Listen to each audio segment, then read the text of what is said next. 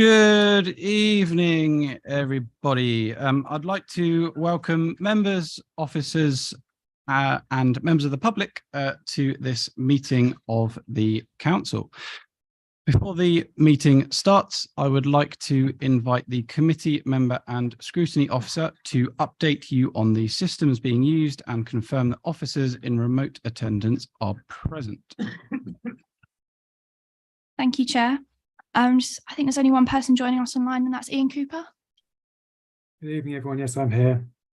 Thank you. And is there anyone else online that I haven't called out? Okay, if a member wishes to speak, they should use the speak button located on the microphone unit. The microphone will light up green and the chair will be alerted of your request to speak. When the chair invites you to speak, your microphone will be made live and will turn red, at which point you can speak. The normal procedure rules in respect of debate and times to speak will apply. When requested to vote, voting will be via the yes, no, abstain buttons on your microphone unit. Details of how members voted will be shown on the screens around the room and the result will be visible on the YouTube stream. In the event of a tied vote, the chair will have a casting vote. Are there any questions before we start this meeting? Okay, back to you, Chair. Thank you very much. We'll move on to the agenda. Agenda item 1, apologies for absence. I have received apologies from councillors Val Bryant, Tamsin Thomas, Rajini Bakker, Michael Muir and Michael Weeks. Are there any other apologies? Councillor Bloxham. Yes, we have Faye Frost and Councillor Mandy Tandy. Was there anybody else? And Councillor Cowell is got a bit of car trouble, as the saying goes, and he's on his way though. Okay, on his bike. Okay. Councillor Dennis Harburg. Yes, thank you very much, Chair. I have apologies for Ian Albert and Councillor James Denslow. Thank you. And Councillor Brown. Apologies from Councillor Collins. Thank you very much. Agenda item 2, minutes from the 23rd of February 2023. I propose that we take as read and approve as a true record of proceedings the minutes of the meeting held on the 23rd of February 2023. Can I please have a seconder? Councillor Dennis Harburg. Thank you, Chair. Happy to second. Thank you. Are there any comments on the minutes? I am not seeing any indication to speak, so can we move to the vote, please?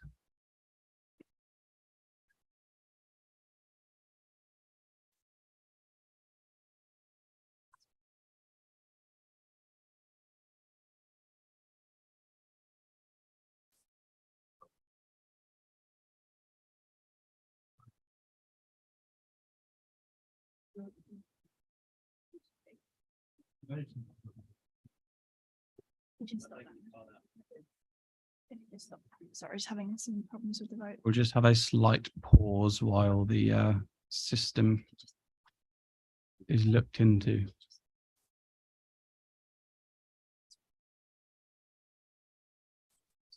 For the benefit of YouTube and members of the public, we are having difficulty with one person voting, and we want to make sure they can vote, because that's what we do. Should be working now. It's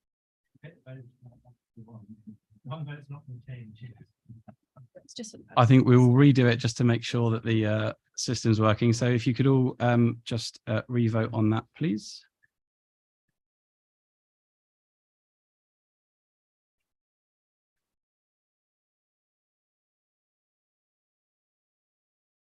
Are you happy just to take it as Chair? That motion is carried. Thank you. Just considering the nature of some of the items on the agenda, I'd prefer if someone from IT could look at it while we go through the chair's announcements, if possible. So I will carry on to the next parts of the agenda, if we could just look into that while I go through the announcements. So agenda item 3, notification of other business. There has been no other business advised. Agenda item 4, chair's announcements. Audio recording. In accordance with council policy, this meeting is being audio recorded as well as filmed. The audio recordings will be available to view on or to listen to on ModGov and video via the YouTube channel after the meeting. Climate emergency. Members are reminded that this council has declared a climate emergency. This is a serious decision. It means that as this is an emergency, all of us, officers and members, have that in mind as we carry out our various roles and tasks for the benefit of our district. Declarations of interest. Members are reminded to make declarations of interest before an item. Detailed reminder about this and speaking rights is set out under Chair's announcements on the agenda. Rules of debate. Please can I remind you that the normal procedure rules in respect of debate and times to speak will apply. No speeches may be made after the mover has moved a motion and explained the purpose of it until the motion has been seconded. When seconding a motion or amendment, a member may reserve their speech until later in the debate. In accordance with the Constitution, please can members ensure that no speech exceeds 5 minutes without my prior consent. Comfort break. For the purposes of clarification, 4.8.23a of the Constitution does not apply to this meeting. Therefore, a member may leave the room during the debate and consideration of that item and be able to vote. However, please be mindful of the business on the agenda and wherever possible, leave at an appropriate point in the proceedings. I will take a comfort break at an appropriate time in the meeting should proceedings continue at length. The forthcoming elections. For those of us who have chosen not to restand at the forthcoming elections, this is our last council meeting. I would like to acknowledge and thank those councillors for their service, some of whom have served for almost as long as I have been on this planet. Councillor Hunter. I personally would like to thank the electorate of Cadwell for giving me the opportunity to be a councillor. I'd also like to thank somebody who unfortunately isn't here, Councillor Ian Albert, who during my time as the Deputy Executive Member for Finance and IT was a fantastic executive member and mentor for me, myself. And I'd also like to thank officers who have had to put up with me for the past year as chair of the council.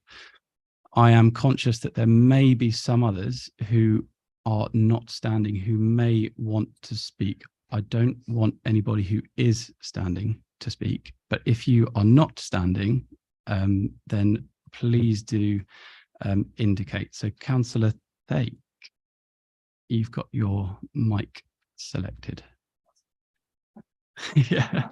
Indeed, I have, Chairman, but it is not to do with this subject. It's a matter of clarification, if I might, in respect of whilst I absolutely welcome the suspension of the standing order that prevents us from taking a comfort break during the debate, I fail to understand why this meeting should actually merit the suspension. I'm delighted because I have to be honest with you, sir. I think that rule is just unreasonable, and anytime it's suspended, I am delighted, but I don't understand why, and I'm not going to sit here and just fail to comprehend what's going on. So may I have an explanation, please? You absolutely may. My understanding, and I will pass over to Jeanette to clarify if I am wrong, but it's not that it's a suspension of the rule, it's that it just simply doesn't apply in this particular meeting of full council. It's only in meetings that involve things that we require it to for sort of statutory purposes like planning committees. But Jeanette, are you happy to clarify that my answer is correct? Yes, thank you, Chair. It was a previous decision of council that you decided to apply that rule only for certain decisions that the full council would make. So obviously regulatory committees, anything for strategic planning, such as a local plan, and things like statutory officers, either appointment and removal, or disciplinary matters relating to those. Yeah. Yeah. No problem. Councillor Strong. Thank you, Chairman. As you had acknowledged that Councillor Tony Hunter was standing down, I would like to put on record my thanks to Councillor Hunter, who joined this council in, I believe, 1999. And one of the first things he did was when the Conservative took back control and formed administration, and we then set up scrutiny committees. He was my vice chair on the scrutiny committee that I was chairing. I'd also like to pay tribute to Councillor George Davis, who is also standing down at this election, who's only done a one term of 4 years. But sadly for us, George is relocating to Devon. So it's a lovely part of the world he's gone to, and I'm sure he's going to be very happy with his allotments and chickens. And also that's as a result of his wife moving to jobs. So on behalf of this side of the house, I'd like to say thank you to those two councillors. Thank you, Councillor Strong. Councillor Hunter. Thank you, Chairman. I really ought to start with Judy Billings' phrase. I hadn't intended to say anything this evening. The thing is, it was so pleasing to hear Richard ask for a clarification. A meeting wouldn't be a meeting without it. And for myself, I've done 25 years as a councillor, actually, either town, district or county. And I must admit, last night something happened which was quite touching. I met somebody in a bar, as you do, of course, and he said, are you standing this time around? And I said, no. And he said, I just wanted to say thank you. I remembered all the help you gave my mother through a very difficult time. So we as councillors can make a difference if we care enough and actually try to do our best. And I don't think it's playing politics. I think it's looking after residents in our ward and in Hertfordshire. Thank you. Thank you very much, Councillor Hunter. Very well said. Councillor Brown. Thank you, Chair. I'd like to put on record my thanks to Councillor Carol Stanier, who will not be standing for re-election this May. And I want to thank her for her outstanding contribution to the residents of Royston in particular, as both a town councillor and a district councillor, in particular for pushing forward the climate change agenda and her work on climate action, which she will continue through the Royston Environmental Group, for her incredible support and teamwork with me as a fellow ward councillor. She will be sorely missed, and I'm personally very sorry that she's standing down. And I just want to put on record my thanks to her, and do hope that maybe we might see her again in the future at some stage. Thank you. Thank you very much. Councillor Dennis Harburg. Thank you very much, Chair. And in the spirit of collaboration, actually, as well, I'd like to pay tribute and give my absolute thanks to Carol for her brilliant work when she was my deputy on the recycling and waste portfolio. She brought balance to I think sometimes a lot of my energy and my desire for evidence-driven policy making.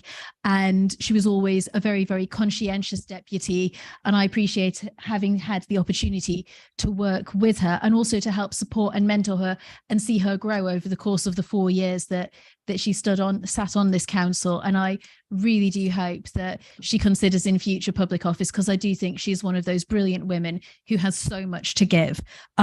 Speaking of brilliant women as well, this year we will be saying goodbye to Councillor Kate Hart, who experienced a number of challenges while she was a councillor with this authority. And I think that that is testament to the difficult situation that women in politics, women even working just as officers in local government, often find and face when we are committing ourselves and working in very, very challenging and difficult environments that are not necessarily set up to account for the specific needs that we face. And I hope that we can work together and create a better sisterhood, whether we are officers, councillors, Labour, Lib Dem or Conservative moving forward, to create a safe and welcoming space for everybody to be able to participate in local democracy. Councillor Adam Ruggiero Shakir as well will also be standing down this May as one of our younger councillors. I've been incredibly grateful to have his energy and passion within this group, the work that he's done as a shadow environment and leisure portfolio holder, working closely with Steve over the early years of this joint administration can't be underestimated, and some of the initiatives that he brought to the fore, but also his brilliant work as a ward councillor for Letchworth South East as well, and seeing the benefits of working closely and collaboratively with our housing association partners to deliver better outcomes for residents. I'm incredibly grateful for the effort that he's put in, and I'm sad to see him go, but I know that the challenges of family and career ambitions as well are always going to be there for younger people. So again, I think that for those of us that remain in politics, colleagues, we do have a challenge to make this a more inclusive and safer space for everybody who wishes to represent their communities. And finally, there's one councillor who's not standing down, but was taken from us probably a little bit sooner than we would all have appreciated. And I think if we're saying goodbye to people, this is the appropriate time to once again say goodbye to Judy Billing and to remember the fabulous contribution that she made to this place. And I will delight in the cringe that she would have let out at this moment while I'm speaking. And I shall leave us there, colleagues. Thank you very much. Thank you very much, Councillor Dennis Harburg. Councillor Davies. Oh, thank you, Chair. Dear me, what wonderful tributes. For my own part, I wanted to say it was never my intent to be a single-term councillor, but as you've heard, life does tend to take you in unexpected directions. I would like to pass on my own thanks to the members and officers, some of whom in particular have shown me an awful lot of patience over my 4 years here. You know who you are. And I'd like to echo another councillor's comments regarding the reward of this job is we come to meetings and we make our points and we take some votes, but actually the rewarding aspect of this is the casework that goes on behind the scenes. I think it was within a month of my election, I ended up helping someone avoid what could potentially have resulted in eviction, and was able to get a good result there for him. And I remember thinking, you know what, the hours campaigning and knocking on doors, and actually I think that was worth it now. So no matter what happens in May, I wish this council the very best of success in the future. So long, and thanks for all the fish. Thank you very much, Councillor Davies, and the very best of luck to all those named. The agenda order. I have decided to make a change in the order of tonight's agenda. Therefore, item 7, notice of motions, will be taken after item 9, constitutional amendment report. Councillor Strong. Before you go on and move around the agenda, I wanted to know whether or not in your chairman's announcements, whether we're going to be paying tribute to the late councillor John Bishop. I just wanted to make sure it was still on your agenda. Yes, that is the next one. We will come on to that now. So as members will be aware, former councillor John Bishop sadly passed away on the 2nd of March 2023. John served as the Conservative member for Kimpton Ward for 16 years until the elections last year.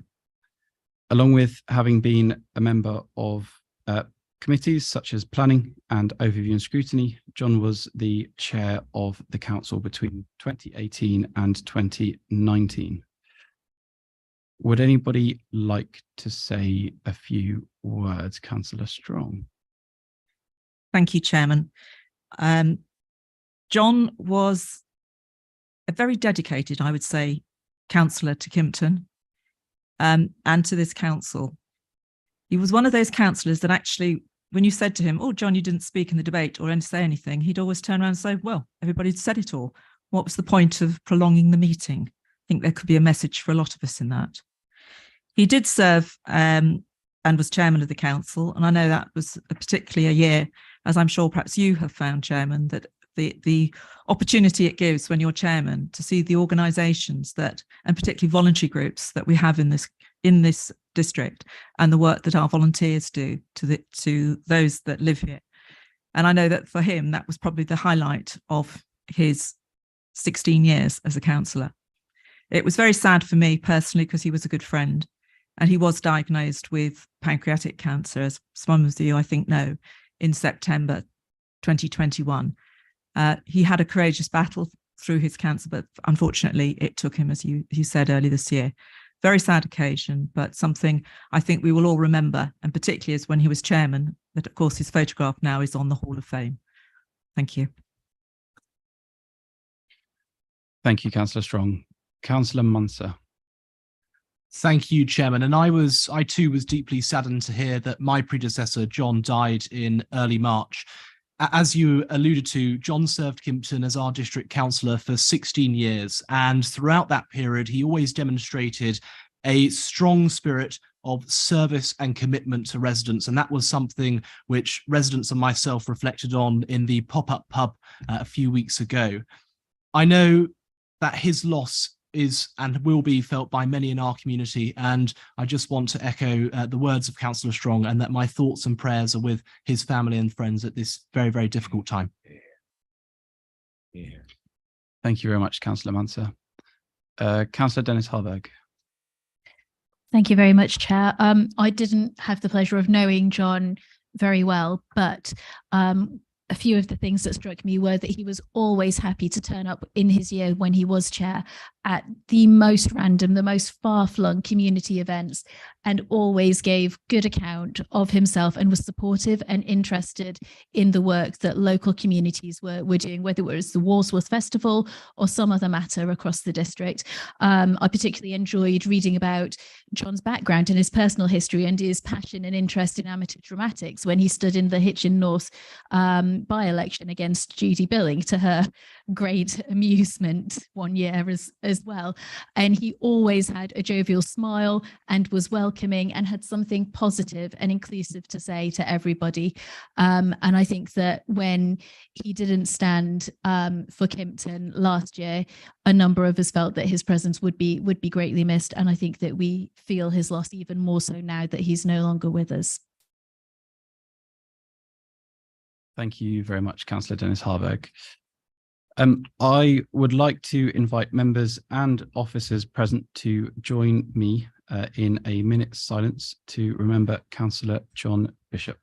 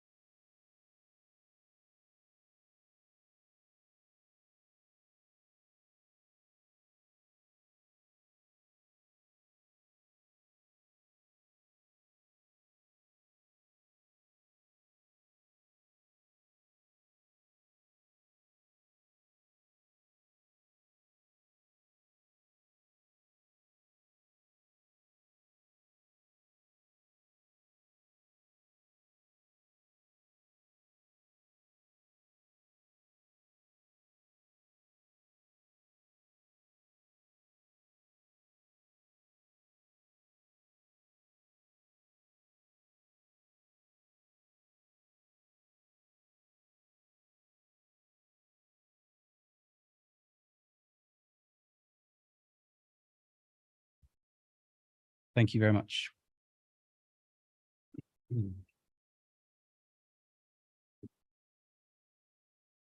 Agenda item 5, public participation.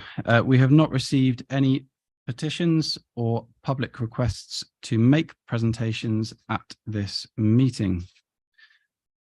Agenda item 6, questions from members. We have received 3 questions submitted from members, due notice of which has been given in accordance with Standing Order 4.8.11b.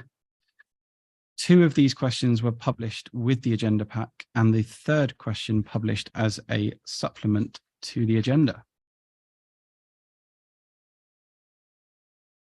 So moving on to the first question, as Councillor Ian Albert is not in attendance this evening, I will invite Councillor David Levitt to read out the question if he would like, and I refer councillors to the written response as published for ease of reference. Both the question and answer can be found in the same published supplementary document. If Councillor Levitt should have a supplementary question, a response will be provided at a later date as a written response, which will be made available on the relevant council meeting page. So Councillor Levitt, would you like to read your question?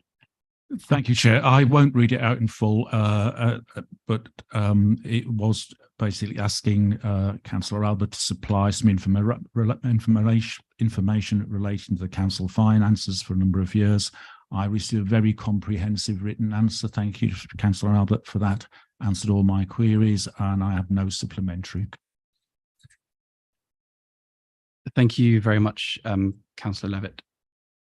The second question submitted related to breach of Code of Conduct investigation and withdrawn subcommittee costs. So as per the previous question, Councillor Ian Albert is not in attendance this evening. I will invite Councillor Ralph Munser to read out the question if you would like, and I refer councillors to the written response as published. Again, both the question and answer can be found in the same published supplementary document. So if Councillor Munser should have a supplementary question, a response again will be provided at a later date as a written response. So Councillor Munser, would you like to read out your question? I think it's a matter of in the public interest, so I will be reading out my question. So thank you very much, Chair. And my question is to ask the Executive Member for Finance and IT to detail to Council how much was spent on the investigation and subsequent cancelled standard subcommittee hearing preparations into the breach of the Code of Conduct by the Leader of the Council. And I must say, it is very disappointing that Councillor Albert isn't here this evening. I was really hoping to ask him a supplementary, and I will be asking a supplementary if that's welcome to ask in a order, Chair. Supplementary if you wish to. Yes. Thank you very much. And my supplementary question is, does the Executive Member agree with the findings of the independent investigator in that the Leader of the Council breached the Code of Conduct? And I look forward to a timely response, Chair. Thank you, Councillor Munser. Just checking that we've got that noted down. We've obviously got it on the audio and the video recording as well, so that we can refer to it later. Thank you, Councillor Munser. Moving on to the third question, which related to fly tipping. Can I invite Councillor Ralph Munser to put the question to Councillor Amy Allen? Thank you, Chairman. And my question to the Executive Member for Recycling and Waste Management is to ask the Executive Member for Recycling and Waste Management to detail to Council for the years 2019-2020, 2020 to 2021, 2021 to 2022, and 2022 to 2023, A, the number of fly tipping incidents recorded in North Hertfordshire, B, the total cost to the Council of addressing fly tipping incidents, C, the amount spent by NHDC on the prevention of fly tipping, D, the number of fixed penalty notices issued by NHDC for fly tipping, and E, the number of prosecutions brought by NHDC for fly tipping. Thank you, Councillor Munser. Can I invite Councillor Amy Allen to respond?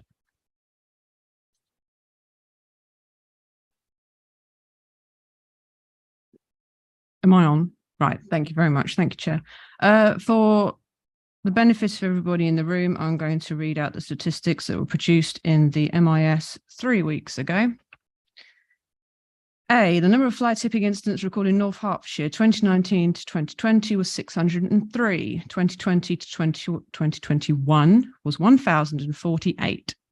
2021 to 2022 is 874. 2022 to 2023 is 839. That's question A. Again, this information is available in the MIS that was circulated on the 17th of March. Question D, the number of fixed penalty notices, FPNs, issued by North Hertfordshire District Council for fly tipping 2019 to 2020 was 15. 2020 to 2021 was 27. 2021 to 22 was 25. 2022 to 2023 is 11. And question E, the number of prosecutions brought by North Hertfordshire District Council for fly tipping. 2019 to 2020, it was 3. 2020 to 2021, it was 6. 2021 to 2022, it was 1. 2022 to 2023, it was 2. Those are the answers to questions A, D, and E. The answer to question B, total cost to the Council of addressing fly tipping incidents. This is going to have to be a written response because there is far too much information to quantify and put into a verbal response. Here, you'll get that in writing very soon. Question C, the amount spent by North Herts District Council on the prevention of fly tipping. Again, there is not a quantifiable preventive measure. The cost of total forming of parts of investigations, putting up posters, NHDC social media, having covert cameras in known fly tipping sites and hotspots, enforcement tools that are used. There is too much to give you an exact number of how much is spent, but we're working on having some sort of ballpark figure, and we'll get that to you in due course. I think that's all questions answered, Chair. Oh, thank you very much, Councillor Allen. Councillor Munster, do you have a supplementary? I do, but could I first of all thank Councillor Allen for her swift response, and I look forward to receiving that remaining data in due course. Now, with record levels of fly tipping in North Hertfordshire under this Labour and Liberal Democrat administration, and with these figures only set to increase further as residents' waste collections are cut, can the executive member tell me what proportion of the apparent money that's being saved by cutting bin collections will go towards preventing fly tipping in our district? Thank you, Councillor Munster. Councillor Allen. If it was likely that we were going to be seeing an uptick in fly tipping, then there would be money put into it, but it's quite unlikely that we're going to. The assumption that our residents are suddenly going to become law-breaking people and fly tip all of their household goods into the street is somewhat unlikely. Fly tip goods are usually things like sofas and fridge freezers, what one cannot fit into a purple bin, although they've probably tried. I haven't personally. But anyway, I'm not expecting household waste to be appearing as fly tipping. And as far as costs go, when we've had a significant reduction in funding to run the authority, and we're doing everything we can to carry on providing the curbside services that we do, and the changes that we're making that people actually want and need, it's going to have to go in towards funding the service full stop. We don't make money out of it or anything like that. We are literally working hard to carry on funding the service with a dwindling budget. Thank you very much, Councillor Allen. That moves us on to the next agenda item, which is item 7. Items referred from other committees. There are no referrals from other committees for Council to consider. So as I mentioned earlier in the Chair's announcements, the next item is the Constitutional Amendment Report, and I will invite Jeanette Thompson to present, please. Thank you, Chair. Yes, hopefully you'll see that the report covers certainly areas that my teams believe are quite important. I appreciate some of the proposals before you will have some contentious elements, if none the least because we are proposing some changes. Before you obviously come to your final decision on the proposals before you, please note that it is part of the approach that after the all-out elections in 24, we will be convening a member officer group to look at the constitution and committee arrangements. Because I think it's only right that we do something like that at least every few years. And the last time we did it was in 2019. And clearly things will have moved on. And you will need at that stage to look at what we've been doing, can we improve it, and making it as fit as possible for purpose for the remainder of that 4-year term. So I know you will have read the report, but I will cover off very briefly the proposals and why. And I suppose in summary, it's because it's felt by the teams that this will improve engagement and also will be good in terms of the resources, staff-wise, and effectiveness. You'll also note that there's been consultation, group leader consultation and member survey, for which we had a very good response rate to that. So 44 of the members responded to that, and that's set out in Appendix B. There was also staff consultation late last year with the committee teams and also the then policy and community teams. So the recommendations 2.1 to 2.4 are reflective of those. You have 5 recommendations before you. I will be asking that you deal with those separately, please. So starting with the first, which is the area committees becoming, or proposal to become, informal area forums. So this is the proposal that seems to have the most support from members of those that were surveyed. So 31 were in favour of those. You'd still be having a chair and vice chair for the areas concerned. Certainly the benefits perceived would be that it would be more flexible, more resident, people focused, a better way to engage with the community by combining a sort of town talk type approach, and wouldn't be fettered by, as you know, as members, the sort of more strict approach that committees have with rules, standing orders, what you can and can't do and how you can engage. I think the community and partnership team envisage that if you approve this, it's going to be more sort of a themed topic approach. The public can certainly ask more questions, they can discuss and raise issues. You could have the flexibility with that of either having virtual, hybrid, or potentially, as you decide it on specific issues, you could use the sort of limited budget. We've got about 3,500 to book a particular venue if you think there's an item of that particular area which needs to be discussed in person. It certainly would lead to the reduction of formal committee meetings by at least 20. So I know that it will be a radical departure from what you've been doing in the past, but if you do approve this, obviously it would be subject to something that we can look at again in 24, and we will have information there and to see if this works and if there's a better way to improve it.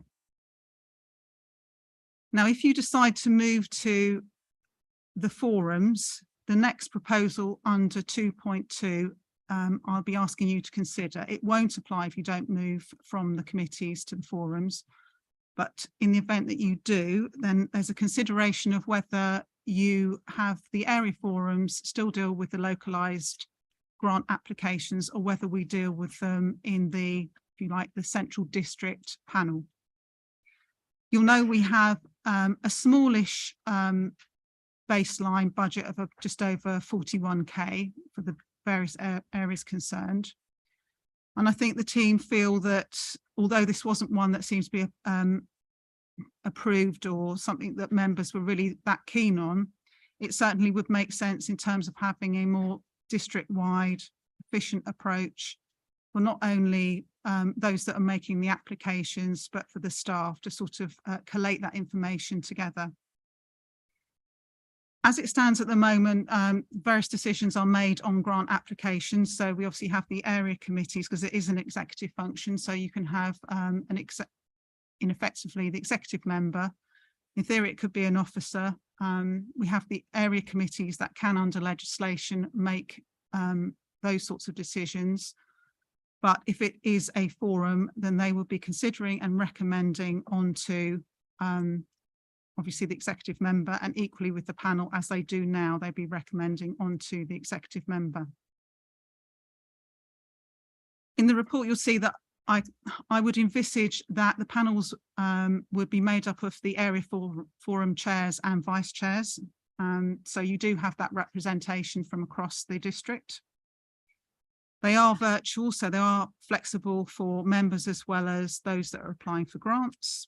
As I said, you can have a more district-wide approach for the organisation, so it's better for them. Certainly, I suppose the other side to if you do keep it with the forums is it might negate against that more flexible approach if you wanted to have a themed meeting. But if you do not approve that, so if we go to forums and you don't approve this one, then the default position will be that the forums will continue, if you like, to have remit to at least consider those and recommend on. I think it's been mentioned to me that there might be some concerns from members that the panel isn't as transparent as it could be. Certainly, as I say, we have the virtual determinations at the moment now, or sitting and considering the applications, that we could look at having those broadcast either live or recorded. So we could look at those arrangements if members were minded to centralise those things. It's probably fair to say that the next one, the recommendation under 2.3, the earlier meeting start. I think you'll see from the report that certainly in the table at 7.5, we not only have a very large number of meetings, but we start the latest, as with one other council that does start at the same time as us, but doesn't have anywhere near the same level of meetings. And I think that as a combined issue was recognised by the LGA peers that late meetings don't make the best decision making, and they certainly have an impact on staff and member welfare. So that is why it's been brought up again, certainly since that peer recommendation was put forward. At the time it was considered by, I think, the then administration, but we have had a number of, certainly a substantial increase in the number of evening meetings that we have had. If you would agree to at least consider at this point of having some earlier meetings starting at 7 o'clock, then again, this is something that we could look at again in 24 to see if it's working and revert back if it isn't. 2.4 for panels, that's to note, and 2.5 and Appendix A recommendation, hopefully in relation to the licensing and regulation committee, that's straightforward. It's just a proposal to reduce down 2 meetings to 1. And the deputy registration officer, again, hopefully that's straightforward. There's one other within Appendix A, which is the Council Tax Setting Committee. There are 2 proposals for that, option A and option B. That's on page 29. We're asking you potentially, the default position at the moment will be option A, which is, if you like, the least radical, although I'm happy whenever this is proposed to take the second one if you think it's more appropriate. Happy to answer any questions, Chair. Thank you very much. Before I call on somebody to propose, does anybody have any questions for Jeanette? Councillor Munser. Thank you very much. Could I just draw your attention to paragraph 9.4, which states about the judicial review case. The advice that we're given here is that, and the advice was that members and the public would need to attend in person if they wish to participate. Can I ask, what's the position on officers attending in person? Because currently we have a number of meetings of where officers attend in a hybrid capacity. And I'd just be interested in that. And the second question I have is that I note we're going to be keeping the cabinet panel on the environment. And, you know, whilst I'm I agree that, you know, the cabinet panels have been a complete and utter waste of time. And, you know, that is good riddance as far as I'm concerned. I'd just be interested to know, why has this actually been kept and what has it actually achieved? I just would like an answer to that, if that's all right. Thank you. Thank you very much, Councillor Munser. Jeanette, I'm happy for you to answer the first one. Yes. I kind of feel the second one's straying into political. So I think it's political. So the first one, we had KC's advice that also provided that advice, said that officers didn't need to attend in person. Give you the opportunity, Councillor Munser. Would you like to rephrase your second question to be less political? You're welcome to raise that in the debate if you wish to instead. I think it would be beneficial for everyone, so I will rephrase my question. And please pick me up if it's inappropriate. But could someone please detail what the Environment Panel has achieved, and why is it being kept rather than the other Environment Panel, rather than the other cabinet panels of which are being abolished? Is that in order? You're looking for factual outputs of the actual panel itself. I think that would probably be better to refer to a written answer from the executive member at a later stage. But I'm sure if they wanted to, they can raise it during the debate as well. But thank you for your question. Councillor Thake. Yes, thank you, Chairman.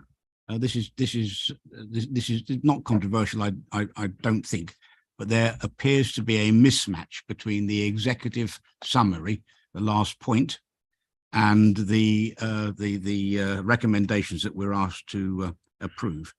essentially, we note that the Cabinet Panel for the Environment is to be the only remaining panel for 2023, which clearly would negate the creation of other panels, which you are proposing in your recommendations. And the actual recommendation says it's the only remaining panel for May 2023. I'm sorry to be pedantic, but we are dealing with the Constitution here. So can I have clarification so that we can understand precisely what we will be voting for when we vote for it? Thank you. Of course, Jeanette, if you could take that one, please. There's no proposals for additional panels. This is for forums. I do also think a point that Anthony Roach has just raised is that the wording should be from May 2023 as opposed to for as well. But yeah. Thank you. Yeah, that's fine. So the from will be, but the answer from Jeanette stays with the forums. Councillor Morris.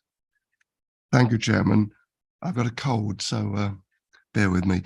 Just clarification, I'm a member of the Cabinet Panel on the Environment, and I was very enthusiastic initially. As time goes by, fewer and fewer members of the public seem to be involved in it. So although I'm still very enthusiastic about, obviously, environmental matters, I think it's very, very important. I don't think it would be missed. Councillor Morris, just to remind it, questions for Jeanette, not debate yet. Sorry, yeah. Thank you. Yeah. That's it. Councillor Strong. Thank you, Chairman. Just a clarification on the point that Jeanette Thompson made, and that's about reviewing the structure. And obviously, this is quite a change in moving to panels. And as I think I heard you say that it will be looked again once we got into civic year of 2024. Did I hear you correctly on that or not? I think as part of an overall member officer working group on the overall issue, you'd look at all of it, wouldn't you, again? I mean, whether you decide to do anything different, that will be a matter for members to consider on hopefully some of the evidence that will be collated by the forums over the next year. Is that what you're asking? Sort of. I think what I would like to see, that if we are moving to forums, which is going to be a change, I would like to think that we would actually have a quick opportunity to actually look at how successful they were actually when we get into, say, January, February of next year. Particularly is because with 2024 being all out elections, there could be quite a changeover of members. So it'd be useful to perhaps do a survey then and find out from I think if those you wanted members to raise that suggestion during the debate, that's fine. But again, just questions directly for Jeanette. So if the question I was asked was trying to find out is there going to be any sort of review of the changeover from committees to forums that would be done before the end of the 2023-24 civic year? Because if not, I certainly will be asking that is something that is looked at. Thank you, Councillor Strong. Jeanette.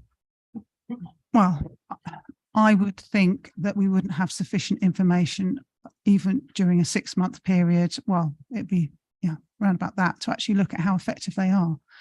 It's also going to be an incredibly busy year in the run up to the all-out elections, and I won't be seeking to change the constitution before you go into a new administration. I think it wouldn't be sensible to make those sorts of decisions before you have a completely new arrangements in terms of the members that are elected. So I think it is better to look at it in July, at least starting in July, and looking at the evidence we've gathered for at least a year.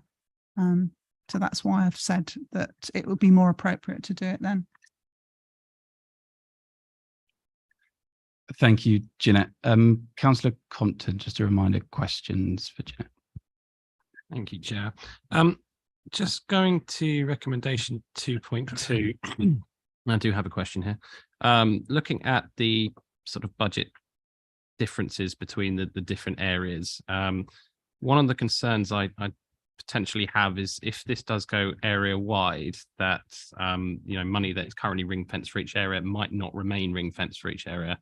And therefore, if there is a central district-wide pot of councillors voting on that, some areas might not receive any grants. Is there any thought process about ring fencing money to certain areas, even if it goes district-wide?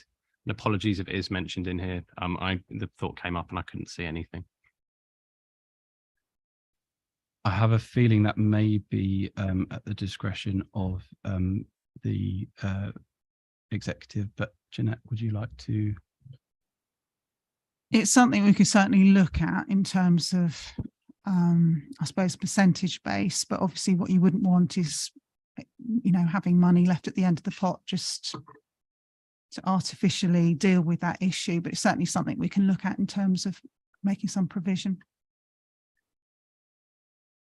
Okay, thank you very much, everybody, for those questions. Now I'm going to accept the request that Jeanette made, and we will vote upon each of the recommendations separately at the end. However, I will ask for a proposer for the report as a whole, and we will debate the report as a whole, and we will vote on everything separately at the end.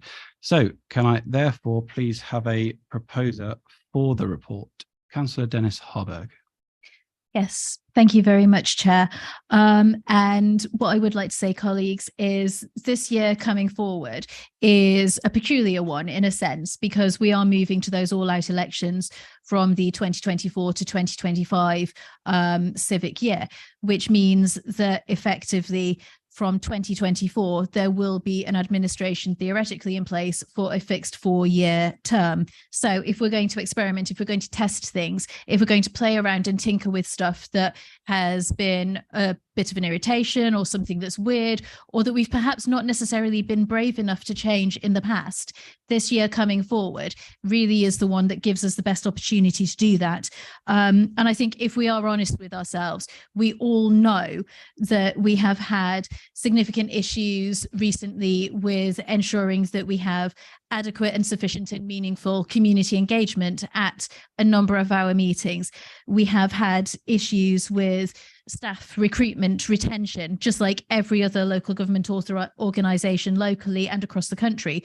But what we know from the benchmark work that's been carried out by Jeanette and her team is that the staff in our particular council don't necessarily match up with what the staff in other local and neighbouring authorities have in terms of the demands on their time for attending meetings, their pay constraints, etc., etc. And there are very good reasons for that. So what we can potentially do this year is experiment and tweak things and move things around so that we really are putting people first. Putting people first doesn't just mean putting ourselves as members first. It means putting our communities first and thinking about the way in which we do business and whether or not that way is collaborative, it is inclusive, it reaches those that we really do need to try and reach and involve and engage in our debates.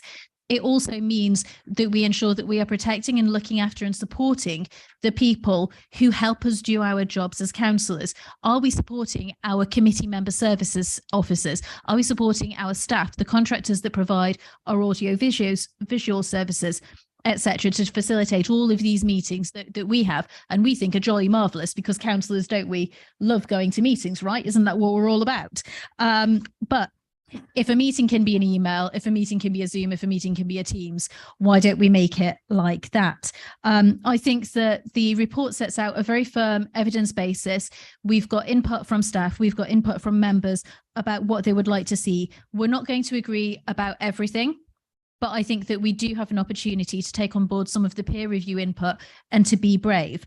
Area forums might not be the panacea that we are looking for, but they are something that we could potentially test. They do provide us with that flexible format. We can do a number of different things with those spaces, as Jeanette has indicated, but also let us all remember that as councillors, we are gifted with one significant superpower, and that superpower is the power to convene. We can call meetings on any topic, and we don't, colleagues, I think, use that enough as members in this authority. And I think that we can challenge ourselves to be more creative and to deliver and to add value to the work that this authority does and to work with our communities.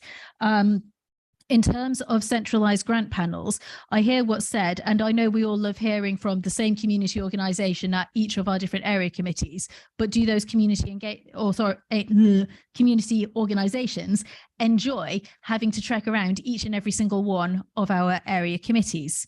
Would it not be better and easier and fairer for them to come to a centralised grants panel to be able to present once and one time only for the funding that they need for those particular projects and those particular items of work? So there are a lot of challenging questions when we're looking at the first couple of recommendations on this report that we need to weigh up. We are balancing what we want and what we like and what we're comfortable with as business as usual as members, with our different views on what we think community engagement and local democracy and engagement is going to look like for residents versus the needs of our staff versus the needs of our community organisations. There is no right or wrong answer, in my opinion, colleagues. That's why my group certainly is not whipped on the vote on any of these recommendations, which I would ask colleagues that we do take in turn, because they are all equally important and they are all separate. And other than 2.1 and 2.2, they're not interlinked. Picking up the point on the panels, those were introduced, as colleagues will remember, in 2019. The first of those to get off the ground was the Environment Panel. I was involved with that, and I do believe that that created value and continues to add value, which is why that is the one which is retained. I've looked carefully and closely at the work of the other two panels, and I do not believe that they need to exist as separate cabinet panels in a formal context in order to promote the valued work that they provide. I see the chair looking at me. So I will simply say that the work that the Transport panel provides and the work that the Community and Enterprise panel provides could potentially be done in a better and more efficient way that saves on officer time if members put their heads together and thought a little bit more creatively about that superpower that I referenced earlier. I'm very happy to propose the recommendations in this report, and I'm actually really looking forward to the debate and seeing what creative ideas come through from members that we can play with over the course of this next year. Thank you very much for your indulgence, Chair. Thank you very much, Councillor Dennis Harburg. I was enjoying that far too much to note the amount of time that was going on for. Could I please call on a seconder, Councillor Brown? Before I second, I'd just like to ask a question. Am I, and this is a question of procedure, am I allowed to second it if I don't necessarily support all the recommendations? I am. Okay. That's fine. I will second and reserve my right to speak. Well done. Perfect. Thank you very much, Councillor Brown. Is there any debate? Again, we will debate on block and we will take each recommendation as a separate vote, just as a reminder. Councillor Levitt. Thank you, Chair. I'd like to start with the area committees to area forums. The area committees at the moment do have the opportunity to operate in a slightly different way, in a less formal manner. When I was chair of the Letchworth Area Committee, which I think was back in 2007, 2008, we took the area committee around a number of venues within the area. We went to, I think we covered most of our area. We also themed some of those meetings because we had a lot more meetings then. I think we had about 8 or 9 a year. We themed some of those meetings. We had the police in attendance at one, the fire brigade, one of the local housing associations. We had a guest speaker about allotments, and we had another one about Whole Foods and fair trade, which was quite an interesting one at that time. Fair trade and Whole Foods wasn't such a big thing then. It was at a time when the only vegetarian option in a pub was cheese and onion crisps, I think. But there is the opportunity there. There is a flexibility there, depending on the chairman and how they choose to do it. However, that said, I don't have no problem with changing it to forums. The only real executive thing that the area committees do at the moment is the grants. And I'm going to move on to that one now. Grant applications, as Councillor Dennis Harburg said, sometimes we see the same one come into 2, 3, 4 different committees, which is an awful lot of time of waste and resources, and the same report going to everybody. And there's a bit of uncertainty for those making the application. So to take it to one central place would be a good thing. The only reservation I have with is it being a grants panel which makes recommendations. I would rather have seen it as a grants committee. That way the decision could be taken there and then. At the moment, somebody could come to a panel, ask for a grant. The group panel could agree that, and the executive members or somebody else may not bring in a degree of uncertainty into it. So I'd rather see it as a grants committee that has the power to make the decision there and then. People can go away knowing the money that they've got the dosh in their pocket to do whatever they want without having to wait. Perhaps that's something we consider, but we could see how it works this year and then change onto it. Last little bit I'll touch very quickly on is changing meeting times to 7 o'clock. The comparators ignoring the county council, which is a different animal altogether and the way it operates, but looking at the other regular ones there, this district is very big and spread out. It's a very long district. Councillor Hunter there, who we said has and the other Royston members have a fair distance to come. And people down the other end in Kimpton and the parishes do as well at some time. I think it may well work for some of the smaller, more compact areas. But people who are working, I don't think it gives them enough time really to get home, get sorted, get changed, get back to a meeting. So on that one, we'd prefer to stay to 7:30. As regards the length of the meetings, we can never tell how long a meeting's going to go on for anyway. So that's up to the chairman's prerogative to cut short when people are speaking too long. So with that, I'll shut up. Thank you very much, Councillor Levitt. I am minded to say that I quite like the idea of the suggestion that you proposed relating to the committees. However, I've been told that unfortunately it may not be legal. So for the purposes of the debate moving forward, you can talk about it if you want to, and you can continue to speak about that suggestion. But I've been told that that wouldn't necessarily fall in line with the law. So thank you, Councillor Levitt. Councillor Davies. Oh, thank you, Chair. Well, speaking as what seems like potentially the final chair of the Southern Rural Committee, I thought I'd better pipe up. And I've previously spoken very warmly of the idea of area forums. We were certainly within Southern Rural, we were looking to set up a parish forum, which sounds like it might be very similar or rolled into this idea, and that we felt would offer, firstly, an awful lot more flexibility. Southern Rural has failed to find a convenient central location other than the DCO itself, and the forum seemed to be a bit easier to take on tour, as it were, but also would potentially allow the agenda to be a little more interactive and led by the areas, specifically in that case of the parish councils in the parish areas of North Herts. So in that way, I generally support this and think that actually this could be a good idea, and it could be good to step this down to a slightly less formal setting. The area committees themselves, from what I've gathered, all have their own distinct flavours and areas that they look into. I know that on Southern Rural, we've busied our grant money with installing defibrillators, helping schools and planting geraniums and things. But from what I hear from others, it's a very different story in some of the other committees.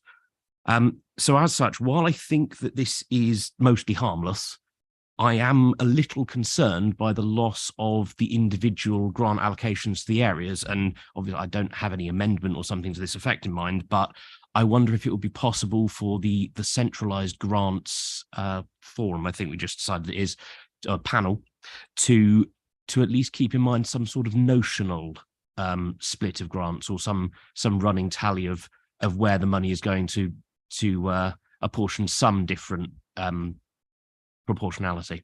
Said proportion too many times there, but I'm sure you got my meaning. Other than that, I broadly support this and think this is a good change. Thank you very much, Councillor Davies. Councillor Daniel Allen. My main worry is about the grants. I think that having a grants panel wouldn't be as informative to councillors as having grants at area committees, particularly as we have such a spread out council, as was mentioned by Councillor Levitt. When you have just a few people on a grants panel, they will hear about that one charity and the support that they need. Whereas when they go to the individual committees, you're getting all of those councillors finding out. You're getting different ideas come through from the different councillors. You're getting different support from different councillors who have different background knowledges, because we all come from different areas. I'm very good at signposting people to different charitable areas that aren't necessarily the council, as I know a lot of you are. And I feel that if we just have a grants committee or a grants panel, they're not going to have the opportunity to explain what the support is needed to them locally, and we can't give the help that we could. As far as the Cabinet panel on the environment, we are working hard to be carbon neutral by 2040. Getting the support and information from the members of the public has been incredibly positive. I've seen how well the Cabinet panel for the environment runs, and I'm definitely behind that. That's as much as I would like to say on this. Thank you. Thank you very much, Councillor Allen. Councillor Manser. Thank you, Chair. And I welcome the fact that the council is reviewing the way in which we work. I welcome the fact that we're going to be reducing the bureaucracy of local government. That's a very, very key priority that we really need to keep driving at, and that's looking at other structures as well. But I do have a number of issues of which I do want to raise. So the first one is looking at recommendation 2.1 and area forums. Now, in urban areas where we don't have parish councils or town councils, I completely understand the rationale for this. But in rural communities, I am somewhat skeptical, because we already have area forums and they are our parish councils, and parish council meetings are far better attended than any area committee. You know, Kimpton Parish Council is often attended by over 10 residents. It's an opportunity for myself as the district councillor, Councillor Thake as the county councillor, to go to, you know, be visible, to speak with residents and have an opportunity for residents to raise issues. And I will say that we previously had a parish forum set up. It was on the cost of living issue. It was attended by about, I think, 3 people. And it was hybrid. It really wasn't, you know, our community engagement team have done their best, but it really wasn't a well-attended event. And that's why I'm skeptical of this. And I think what our community engagement officers really need to do is focus on strengthening the relationships with parish councils in rural areas. Just looking at recommendation 2.2 and the grants panel, I think the district-wide grants panel could feel somewhat detached from the communities of which we represent. And it would make greater sense for us to divide the district on planning lines, i.e. north and south. So south being Hitchin in the southern rural area and north being the rest of the district. And that would hopefully bring much more localism into the decisions of which are being made. 2.3, that recommendation, starting council meetings at 7 o'clock. I don't agree with that. You know, for those who commute into London every day, you know, whether you use Harpenden Station like I do and have to drive up all the way to Letchworth at the end of the day, or in fact use, you know, Nebworth, Letchworth, Hitchin, Baldock, Royston, you know, the trains are an absolute nightmare. I think I recall that I was here for a planning meeting in November. It might have been during the strike times or just normal disruption. I literally arrived here with 2 minutes to spare. So I don't think that's a very good idea at all. And I think the members who are surveyed agree with me on that. And just on the environment panel, because we all appreciate that the environment is an incredibly important issue. We need to have discussion and dialogue on that, and, you know, have pragmatic and practical ways to actually, you know, go to achieve a net zero target. I would, however, welcome further clarification, in fact, at a later stage as to why this has been spared. And if we can actually sort of designate some of the and pinpoint some of the actual achievements which have been achieved through this panel. So I look forward to hearing what colleagues have to say. It's been a very interesting debate thus far, but I would have 2 proposals. My first proposal would be that council meetings start at 19:30 hours. So as they do at this moment in time. And then my second proposal, and the wording would need to be clarified and cleaned up, but that we would have two separate grants panels across the district, the South grants panel, which would be the Hitchin and Southern Rural Area, and the North, which would be the rest of the district, Letchworth, Baldock, Royston. Thank you. Thank you, Councillor Munster. The first point that you raised, in effect, is null, because if the recommendation is not approved, the time would still remain as 7:30 in the evening. However, as you have proposed a additional recommendation, I would like to ask if there are any seconders for that additional recommendation, being that two separate grant panels be set up, one north and one south, following the lines of the sort of the planning regions that we have, if that's correct, Councillor Munster. Yeah. So do we have a seconder? There are a lot of people who've indicated, so I don't want to confuse. Councillor Thake. Yes, thank you, Chairman.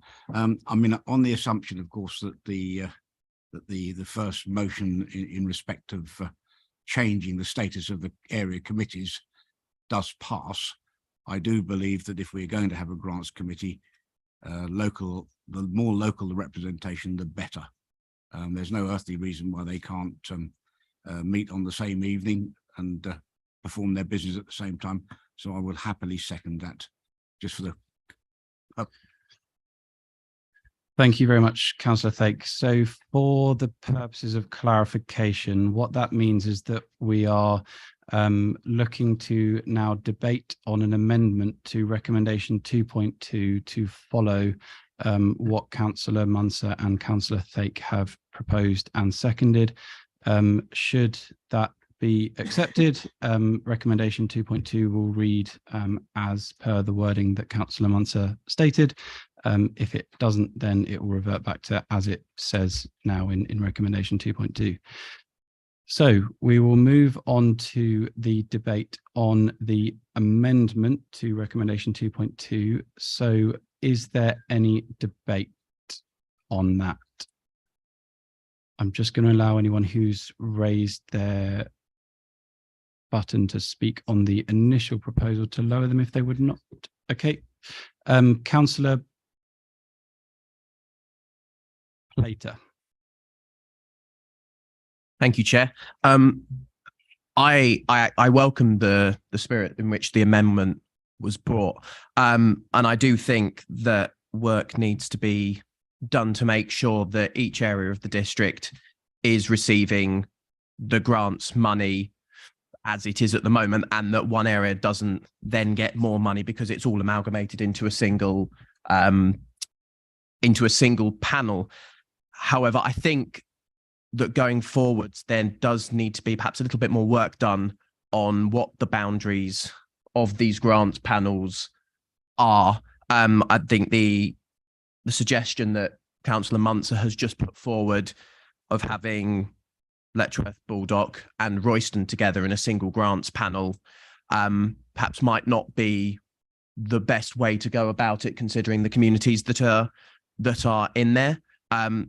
So I will, on that technical basis, I will be voting against the amendment, but I welcome the spirit in which the amendment was brought, and I'll certainly be happy to work with Councillor Munster and Councillor Thake in order to make sure that each area of the district still receives the money that is due to it moving forward if we are to approve a new grants panel. Thank you, Chair. Thank you, Councillor Plater. Councillor Brown. Thank you, Chair. Like Councillor Plater, I do welcome the spirit in which it was brought and absolutely agree that we need to make sure the amount of money is ring-fenced so that no area loses out. It's important that every part of the district has a fair share. However, I think, you know, one of the drivers for these constitutional amendments is to simplify things, reduce bureaucracy. And I think if we start setting up more panels like this, it actually just complicates it. It makes it more difficult to manage, and we want to make it less difficult to manage. So I can't support the amendment on that that basis. Although later I will be talking more about how I feel that the grants could best, the grant process could best be served in terms of keeping the decision as local as possible while simplifying the process and reducing officer time and making more efficient use of our resources. So I won't be supporting that amendment. Thank you. Thank you, Councillor Brown. Councillor Mantle. Thank you, Mr. Chairman.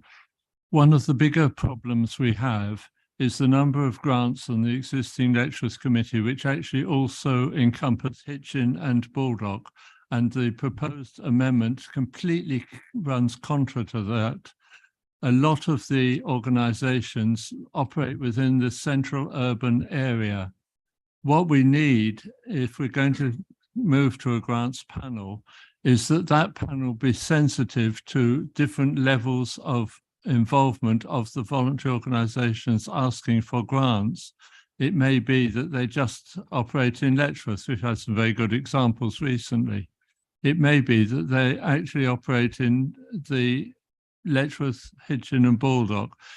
It's really going to be a challenge to the chair of any such panel to make sure that the appropriate level of involvement, the appropriate criteria are used in determining. But I think to have an artificial division between Hitchin and Letchworth is a complete nonsense, completely undermines the point of having the panel in the first place. Thank you, Councillor Mantle. Councillor Levitt. Thank you, Chair. Speaking on the amendments where I've already spoken, I take Councillor Mantle's point, but I do think there needs to be more work looking on how we make changes. And it's just highlighted the point actually that we do have a perfectly adequate system in place that works at the moment and can be used in different ways. And if it's not broke, why try and change it? Thank you, Councillor Levitt. Councillor Dennis Harburg. Thank you very much, Chair. And I think I understand the place that Councillor Munster is coming from on this, but I think it's worthwhile as also bearing in mind, colleagues, that recommendation 2.2 as it stands is a either or provision effectively. There's the points set out in paragraphs 8.8 and 8.9, which moves us to that grant panel. Then there's also the points in paragraphs 8.10 and 8.11, which indicate and highlight the potential burdens and risks if the area forums, as they were then to become, were to continue to consider the grant applications themselves. So depending which way we vote on the original recommendation depends on where the power then sits. Also, there's paragraph 8.6, which sets out the different current budget splits as well that we ought to perhaps be considering. So I think I would be minded more, rather than accepting an amendment that lumps in 3 of our major urban settlements that all have different and competing needs, as we all know, with each other, and could potentially create further adversarial applications between those existing populations. I think it makes perhaps more sense for us to consider the existing recommendation of 2.2 and those 4 paragraphs in the context of paragraph 8.6 as well, and work with officers once we've made that decision on devising a sensible ring fence. So I'm not minded to accept Councillor Munster's amendment, as much as I appreciate it's coming from a well-spirited and well-meaning place. Thank you very much, Councillor Dennis Harburg. Councillor Strong. Yes, thank you, Chair. I think one of the questions I was kind of asking is, if we start to look, if we accept the recommendations in this report, and then to me it was actually starting to look at it to see how it was working. My view would be that if we go along the lines of moving to a central grants panel to look at grants, that has the least workload on officers to only have to go to a one panel for grants. It also means if there is an organisation coming, they only have to go to one panel if they're doing the funding, and it is all then together, and it does give a better representation of the funding that's going to happen in the council. So I am not looking at this stage to want to change the recommendations that the officers have given to us, but with the proviso that if we look at it, probably after about the 10 months to see whether or not that panel and how the grant's being awarded, whether or not it is actually working. And if it's not, then that will be the time to start looking at it and tweaking it. And I think over the years, for some of us that have been here quite a long time and will remember that area committees used to be where all our planning was done. And we used to have area committees in a very sort of 4 or 5 week time. So change has happened. Sorry, would the Vice Chair like to make a comment? Sorry.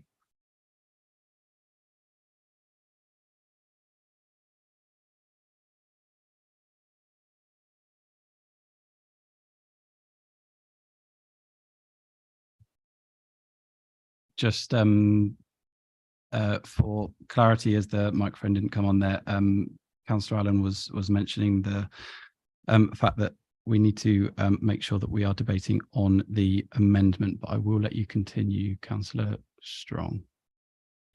Very kind of you. I do find it sometimes difficult when one is trying to speak and there's all these interruptions and that going on the top table. But so on to debate, we have had a lot of change to the area committees over the years. This is another one. I think we need to look at the recommendations that officers have made and then continually look to see if this is working. And if it's not, we have the opportunity to come back and make further tweaks. I know we heard earlier that councillors love going to meetings. I have to say my own view is that councillors love going to meaningful meetings, I think is the way we should say it, that we don't actually like turning up when there is a poor agenda, poor attendance and poor debate. Thank you. Thank you, Councillor Strong. Councillor Bloxham. That was quick. Thank you, Chair. I would say this without sounding too selfish, and it's about 2.3 and the time of the meeting. We're not doing the meeting. We are on the amendment. If I woke up, that would be fine. Thank you. Apologies. I'm sure we can come back to you during the substantive. Councillor Davies. Thank you, Chair. I believe this is debate on the amendment. I was going to suggest that if the council is not minded to accept this amendment, a potential alternative they may consider would be retaining the notional split between areas as it currently is proportionally, potentially reducing that pro rata to give a common pool, and the panel then abiding by not allocating one area's funds to another area until potentially the final meeting of the year, because of course at that point you're aware of all grant applications you've received for that year. So I'm presenting that as a potential alternative mechanism, and that wouldn't need to be codified. That could be up to the members of that panel to abide by. Thank you, Councillor Davies. I'm sure that could be noted later on. Is it a point of order, Councillor Munser? Point of order from Councillor Munser. Could I just say this? If that is accepted by council this evening, I would be more than happy to withdraw my amendment. My amendment is speaking to making sure that, you know, we're retaining localism in our decisions. So if that sort of that division is accepted, then I would be more than happy to withdraw my amendment. And I think my colleague to my right would also be, you know, in receipt of that course of action.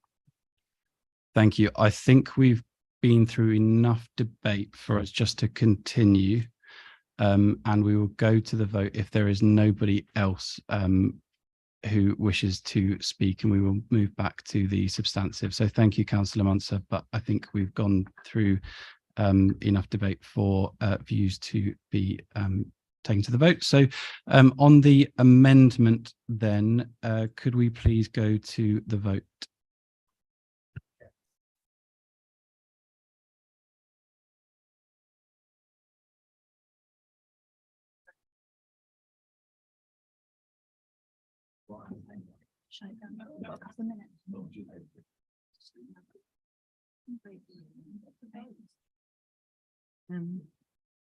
Morgan still can't vote. Can you ask him how he wants to vote on this one, and then we'll restart the system?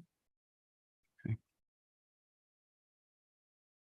Councillor Derbyshire, I understand you couldn't vote. Would you like to tell us how you would have voted? Brilliant. Thank you. Okay, so the amendment does not pass. So we will move back to the substantive agenda item. Just a note as well that I understand part of the system may not be working, and therefore that's why you cannot vote. So we will take a adjournment after this agenda item to reset the system and to have a comfort break and everything like that. Councillor Plater. Thank you, Chair. On the substantive motion, I mean, what I've heard across the chamber tonight is that we have almost a cross-party consensus that the grants panel is a workable proposal, but we need a mechanism in place in order to make sure that the various areas of the district receive the grant money basically as they do at the moment, and that money is ring-fenced so that, for instance, Southern Rural now doesn't take a hit on the amount of grants that they would receive because more applications come in for, say, Letchworth or Royston. I would absolutely agree with what my colleague, Councillor Davies, has just said about ring fencing that money. And so I have a question for the legal officer, which is, if we were to go to a single grants panel, would it legally be possible to keep the current ring fences as they are for area committee? As in, the money that is currently ring fence for each area committee, would that be possible to continue to ring fence it for those areas under a single grants panel? Thanks, Councillor Plater. Jeanette. I think we could certainly look at it within the terms of reference, but my reservation would be, one of the reasons for the proposal is that organisations can apply centrally.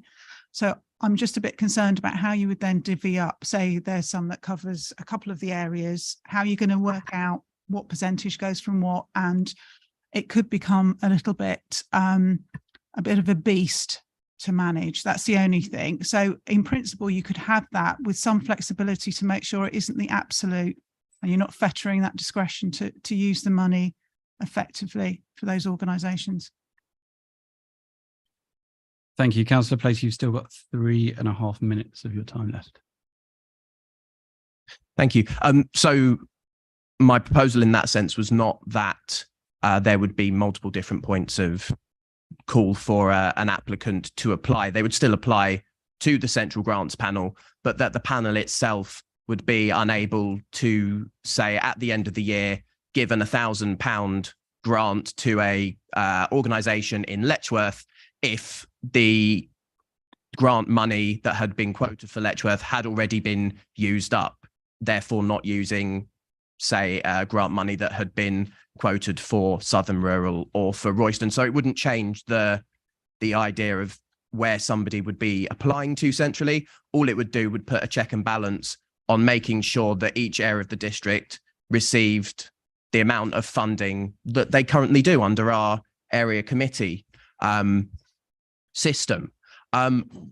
Moving forward, I would like to propose this, but I'm also aware that this would be a sub point if the recommendation 2.2 were to be accepted. So on the advice of the chair, would you allow an amendment to be made after the vote of 2.2? Because if 2.2, if we were to vote to say yes, and then 2.2 wasn't accepted, it would make us talking about a single divvying up in a single panel completely moot. So I'm not going to allow a vote after the vote on the substantive motion recommendations, but what I could suggest as an alternative is if the proposer and the seconder of the substantive motion are happy to accept your changes or variation to that, then that would then be something suitable. So it would be down to Councillor Dennis Harburg, who proposed, and Councillor Brown to accept the amendments, but I wouldn't be accepting a vote after the fact. Is that? Yeah. I just want to say as well that the proposal doesn't have to be as specific as I've just laid out, only that there is a proposal to make sure that each area receives funding, and that can then be agreed at a later date. I wouldn't want to put a hard stop on councillors who are sorting this out at this time, merely just make sure that we're not spending money that last year would have been targeted at Southern Rural in another part of the district, because it's a centralised committee with a centralised pot of funding. Thank you, Councillor Plater. I'm not looking for additional debate, but Councillor Dennis Harbour, Councillor Brown, can you give me a nod or a shake of the head if you're willing to accept the changes? Okay, unfortunately, we're not going to do that. So thank you, Councillor Plater, unless you wanted to therefore propose. Have I still got? You have about 20 seconds left. Excellent. I will use those 20 seconds then to just say that I also think that we should be keeping the meetings at a later time. I know it goes against what's said by the LGA peers, but with the demands on people working, and especially young people who are holding full-time jobs and then coming to council meetings as well on top of that, I think we need to be enabling younger members and full-time workers to participate in our democracy as much as possible. And I think the current times certainly would do that. Thank you, Chair. Thank you very much, Councillor Plater. Councillor Willoughby. Thank you, Chair. So I'm just trying to reorder my mind after that. I'm absolutely in support of moving to area forums. I think that we need to support our staff. I think they work damned hard for us, and I think we should all appreciate that and make their lives easier if we can. I think it also would provide better engagement with residents and support through a less formal approach, which better public participation throughout them. What I'm struggling with, as I think many others have clearly said, is the area committee grants. I think where we do them at area committee currently, we have local knowledge from the councillors about local need, about local investment. Local organisations may miss out because we aren't doing that job. But I have been slightly convinced throughout, actually, and I think if they are to go to a single, I would actually agree with my colleague Councillor Plater. I think we should have ring-fenced amounts, and I think that needs to be taken into consideration. It doesn't need to be as difficult as it sounds. In Baldock, we technically don't have a lump sum, although we technically do. Ours is broken up into each ward, and when we do one grant that covers the whole area, we just work it out. We say, okay, well, 200 will come from that, 1,000 will come from Baldock, etc. So it does actually make sense. So you can do separated out across the district if you absolutely need to. You just have to have that conversation when they come up. But I have been slightly convinced that we could move to a single grants awarding body. And I think it is up to us as councillors to ensure our local organisations are applying and that we are giving them the support so that they move forward with their applications and get what they need. I will say, despite saying about supporting staff, which I do think is incredibly important, I don't think that start time of 7 o'clock works for every single one of our councillors, and I find it quite difficult to be able to support that. So I will be voting against that. Thank you, Chair. Thank you very much, Councillor Willoughby. Councillor Bloxham.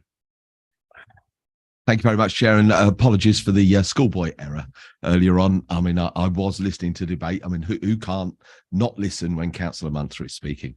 It's to 2.3 I wanted to speak because I think I would agree with Councillor Willoughby, really.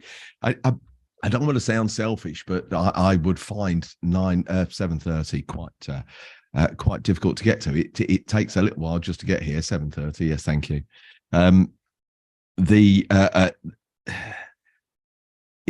Some of us, many of us, including myself, work away. I mean, it's Southampton today, Leicester yesterday, Scotland last week.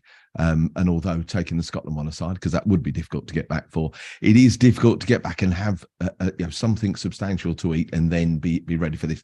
Very selfish, I know, but I think I want to speak up for those who would be in the same position. And yes, I did mean difficult to get here for 7. Thank you very much, Councillor Bloxham. Councillor Mason. Thank you, Chair. I'm afraid I'm going to go all League of Gentlemen on you and start talking about local things for local people.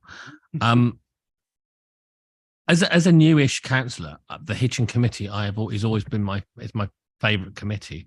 I related to it because, you know, it is very local. I'm a Hitchin councillor. I live in Hitchin, and I've always liked the fact that there is that specific nature to it. It's the only meeting I think it's the only thing I do aside from the surgery, which is in Hitchin. Our attendance isn't massive, but we do have local groups come along and we have local people come along. And I am reluctant to lose that. Now, I am kind of relaxed about whether it's a Hitchin committee or a Hitchin forum. You know, I'm happy to, I can be convinced that the forum would work. I quite like the idea of it being more flexible. When we've discussed things, you know, because we have town talk as well. So I'm not particularly wedded to having to be that rigid, but it is that local element I want to keep. What worries me most is the grant thing. Now, people have said that the grant thing, it's the same groups being recycled through the areas. That's sometimes true and sometimes not. And I was just trying to write down some of the very local groups we have come in requesting money. We've had local schools, local scout groups, local nurseries, the allotments, various community groups providing food. Now, almost all the ones I'm thinking of are local to Hitchin. And I'm not that comfortable with those groups having to go to a meeting here, which would be online, and I think we'd lose a great deal. And I find it incredibly valuable. And if I'm honest, it's one of the things I've enjoyed most about being a councillor, is having those very local groups coming in, making their case, getting the opportunity to tell the councillors what they do, and us generally being able to give small amounts of money which help those groups to keep going.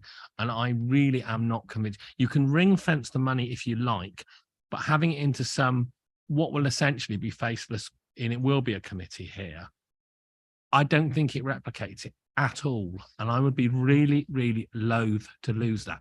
And I think there's a bigger principle here about what we are and about democracy being in action. I've always liked that as a Hitchin committee. Make it an everything, I don't care, but I like the subsidiarity of it. I like the fact that is this organisation going out into I can only talk for Hitchin, but I'm sure it's the same in Royston, Alder, and this organisation, this democracy going out into the areas and being seen, probably not being seen by enough people, but then that's something we're always responsible for. And I'm really loath to lose that. So I'm sure I'm losing lots of friends as I carry on speaking. But that's what I think. So I would rather probably keep it as the committee, but I listen to some of the voices on it, and I'm relaxed if it's a forum. I absolutely do not want to lose the grant making at local level. I'm slightly worried if it's a forum, how that would work, because it's only obviously councillors who can vote. So I'm not quite sure how that's going to work. And by absolutely, I'm not going to vote for 2.2. And then finally on the times, other people have said it. We're supposed to be about encouraging people, diversity, have as many different people standing in this council as possible. But for councillors who work, 7:30 can be a challenge, as people know from my timekeeping. 7 o'clock would be a no hope for me on quite a few occasions. Looking back when my kids were smaller, I think as working parents, I'd have really struggled to get home, sort the kids, feed the kids, and get here for 7. So sorry, I appreciate that there's the thinking behind it, but I can't go for that either. Thank you. Thank you, Councillor Mason. Point of order from Councillor Munster. Sorry, thank you. I know I've spoken a lot on this issue, so I'll keep it brief. Just on 8.9, point of order. Yes, this is directed towards our monitoring officer. 8.9, the terms of reference would need to be changed. If we were to go to a district-wide grants panel, is there an option for us to have member advocates associated with the groups who are applying for the grants? Councillor Munster, that's a question, not a point of order, I'm afraid. But you have asked the question. I'm sure if any of your colleagues wanted to ask exactly the same question during their debate time, there wouldn't necessarily be a problem with that. Councillor Compton. Thank you, Chair. It was just a really quick one. I don't know if I can do this because we've already had an amendment that's been voted down on 2.2, but could I please suggest an amendment that if 2.2 is voted through, we come back at the next full council meeting with a range of terms of references, which include different potential allocations of grants to either say A, centralised pot, B, ring fenced in one way, and C, ring fenced in another way. So we could actually sort of look at this and all have a better idea of what we're actually, voting on. Because at the moment, we've all kind of discussed in various ways about whether we want the grants to be ring fence, not ring fence, everything centralized. But I think that would be a really good thing for us to do, bear in mind the full council meeting next time should be fairly short. And at least then we can all have an idea across a range of different options about what we actually would prefer for our residents and our community organisations to be actually going for grants against. Thanks, Councillor Compton. I'm conscious that we are voting on the recommendations as are, and so if you wanted to propose an amendment, then you're welcome to, but I don't think that the monitoring officer believes that is something possible. So Jeanette. Sorry about that. Yes, it's an executive function, so it's a matter for the cabinet and all the leader to decide what the terms of reference would be, and we'd have to sort, if we were talking about the panel, the grants panel, that's how you'd have to deal with it that way. You still have time if you want to continue with the debate. Okay, quickly, I agree with everything everyone else has said so far. 7:30 works better for me. Just a question though, if full council made the decision that something in terms of reference would have to come back to full council, would that not supersede cabinet's position to present a terms of reference? Sorry, does that make sense? Are you suggesting that you wanted to put an amendment to an additional recommendation that or to amend 2.2 to say that a range of different options be provided, or what? Provided to full council to be voted on. I understand that the normal process would go through cabinet and cabinet would come up with a decision, but is it not possible for full council to make a vote to say we want it to come back to full council rather than going? No, because it's an executive function. Okay. So it's a decision that cannot be taken by full council. I think the recommendation is you're approving the principle that this is considered, and that the word principle is that based on the fact that this is actually a function that rests with the cabinet. So could it be reworded to take out principle?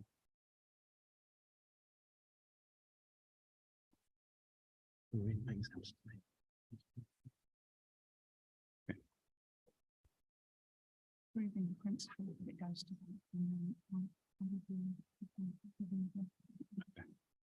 Okay. Answer's been given. Thank you, Councillor Compton. Councillor Jarvis. Thank you, Chair. I mean, in terms of area forums, in principle, I think they could be a good thing, because I'm conscious that at the moment we have town talks and area committees, and there people wish to participate in the whole meeting rather than just part of it. And an area forum certainly to provide that flexibility.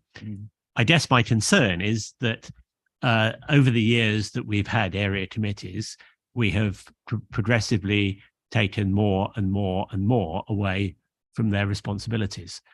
And particularly if we were to remove grants, that would be another step in that direction. So I'm happy with the idea of area forums, providing we recognise their importance and perhaps consider that, given that they will have lower overheads, that the reduction in the number of meetings of area committees might be unwound a little if we had fora.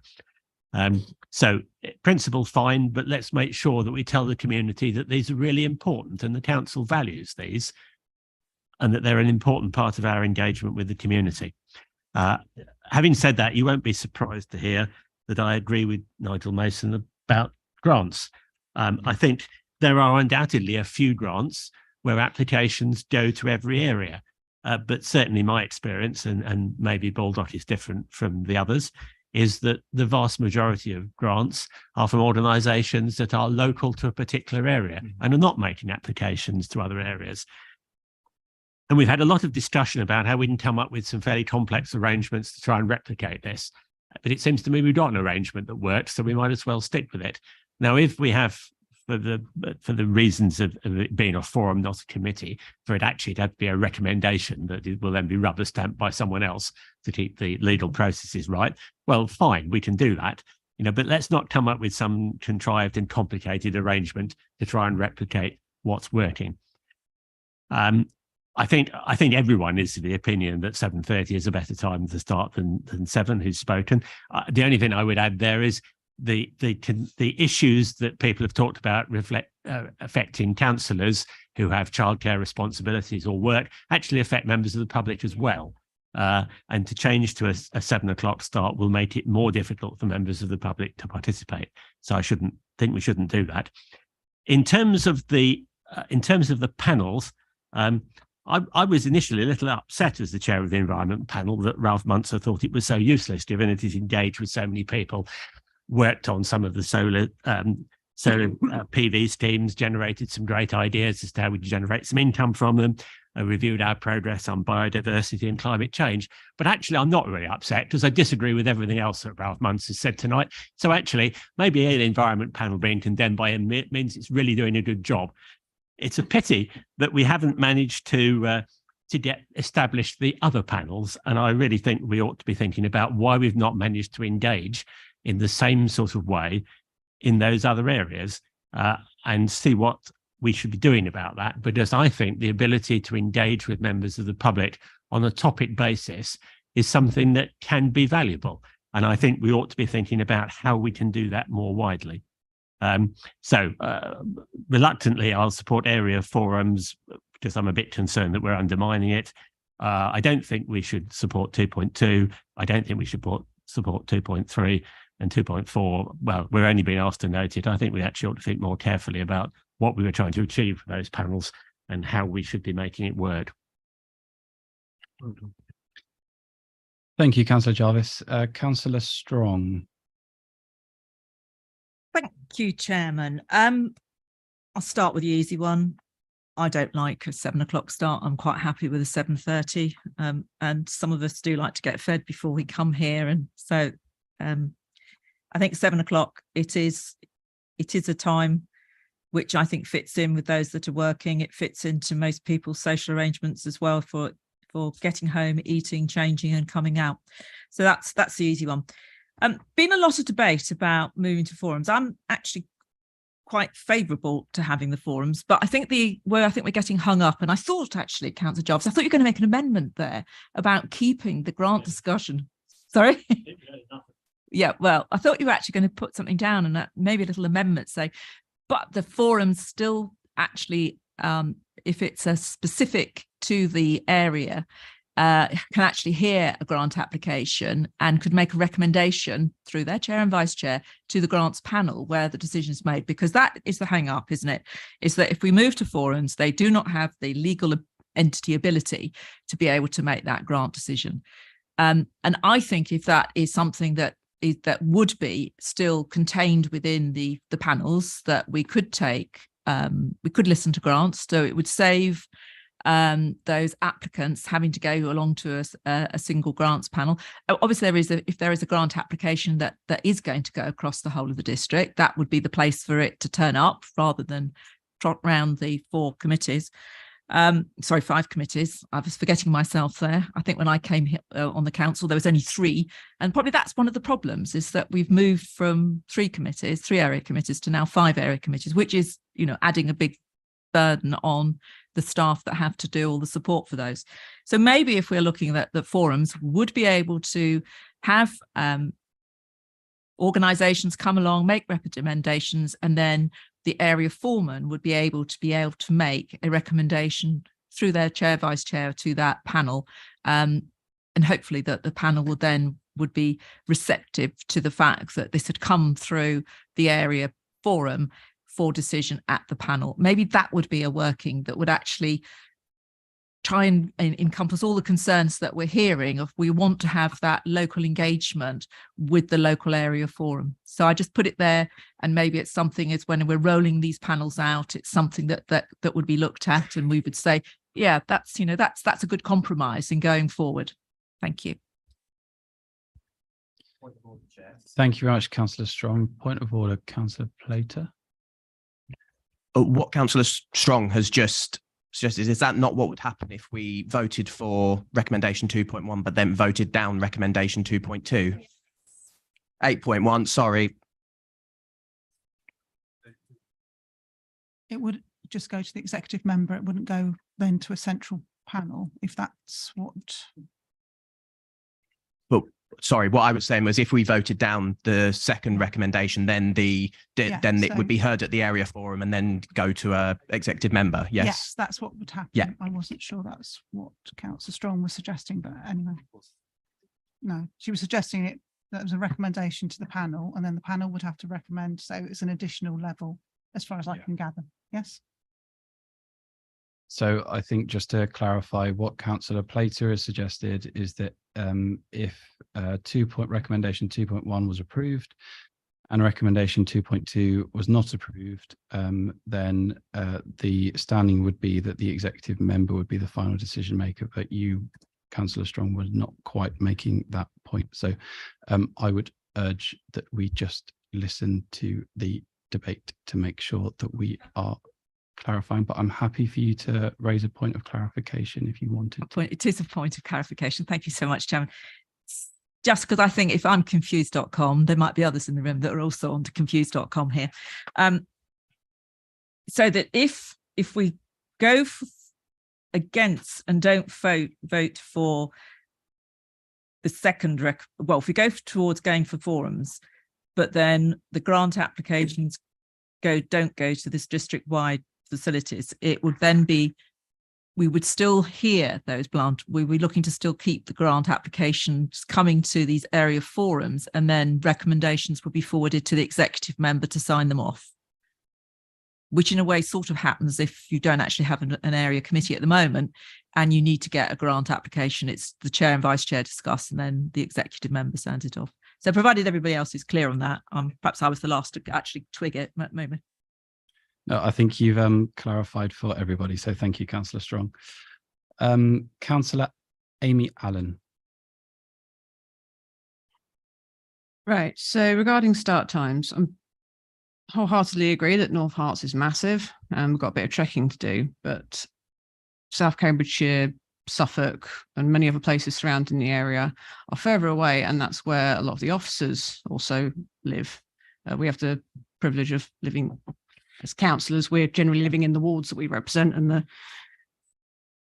the authority that we work with. So, and I think it's probably worth saying that it's a bit of a trek in for officers to come in for these long evening meetings. There's every possibility that there's officers here tonight who have been in the office all day and haven't actually gone home yet. So perhaps 7 o'clock isn't an ideal start time because that's a bit too early for people who have been at work all day, but then again, so have officers been at work all day. But perhaps we could then, in that case, be collectively more understanding and more mindful when officers aren't able to physically make it to a meeting and have to Zoom in, because I have heard too many times about how officers should be present, but they're still present even if they're in on Zoom, they're still here. So perhaps collectively be a little bit more understanding when we're discussing things like how far we have to travel. And I say that somebody who gets to travel 5 minutes down the road. That's it. Thank you. Thank you very much, Councillor Allen. Councillor Barnard. Thank you, Chair. Area committees have been in place ever since the inception of the North Herts District Council, and they've always worked. There were originally areas 1, 2 and 3, and maybe we should reconsider that. If there is concern that there are too many calls upon the officer time and travel and so on and so forth, then put it back to where it was. Area committees are closely in touch with local organisations and their needs and aspirations, whether it be the parishes, whether it be the Boy Scouts or the Allotment Association, whatever. And they are local groups. Councillor Mason actually came up with the perfect speech on this one. We want to keep in touch with our communities. That's the democracy. We want them to be in touch with us. We don't want virtual meetings and meetings where there are councillors who aren't actually representing them in their wards. So I'm reluctant to support a forum in this way. And with the grants and the proportion of each committee and so on and so forth, maybe the larger organisations, and one of the arguments was that it could be an organisation that crosses boundaries. It could be Letchworth into Southern Rural and Baldock or whatever. Maybe they should have a ring-fenced central pot, which would be separate to what we have at the moment here. So it wouldn't be, that would be a generic pot, if you like. I don't know quite what the term would be. So streamlining, certainly. Forums I'm not terribly happy with. When it comes to timing, you know, we've talked about people having to come from far and wide. Yes. When officers take the job, they know where they live and they know where we are. And if they can't make the time, then they perhaps should consider where they're working. We've got young people. Young people need to have time to feed their children, put them to bed, help them with their homework, whatever. It's time consuming. So you've got not only people who are coming home from work from long distances, you've also got families that need to be considered as well. So I think that 7:30 is a perfectly reasonable time. Basically, I don't know why this whole thing is being sort of put forward right now. I think we should be listening to debate. We should be listening to the cross parties making their comments, and there's comments good and bad, a bit like the curate's egg. Take it away, maybe reconsult and come back with something which is more acceptable right the way across the council. Thank you. Oh, I would like to say is, if this does go through, is there a possibility that member advocates can represent their particular grant applications?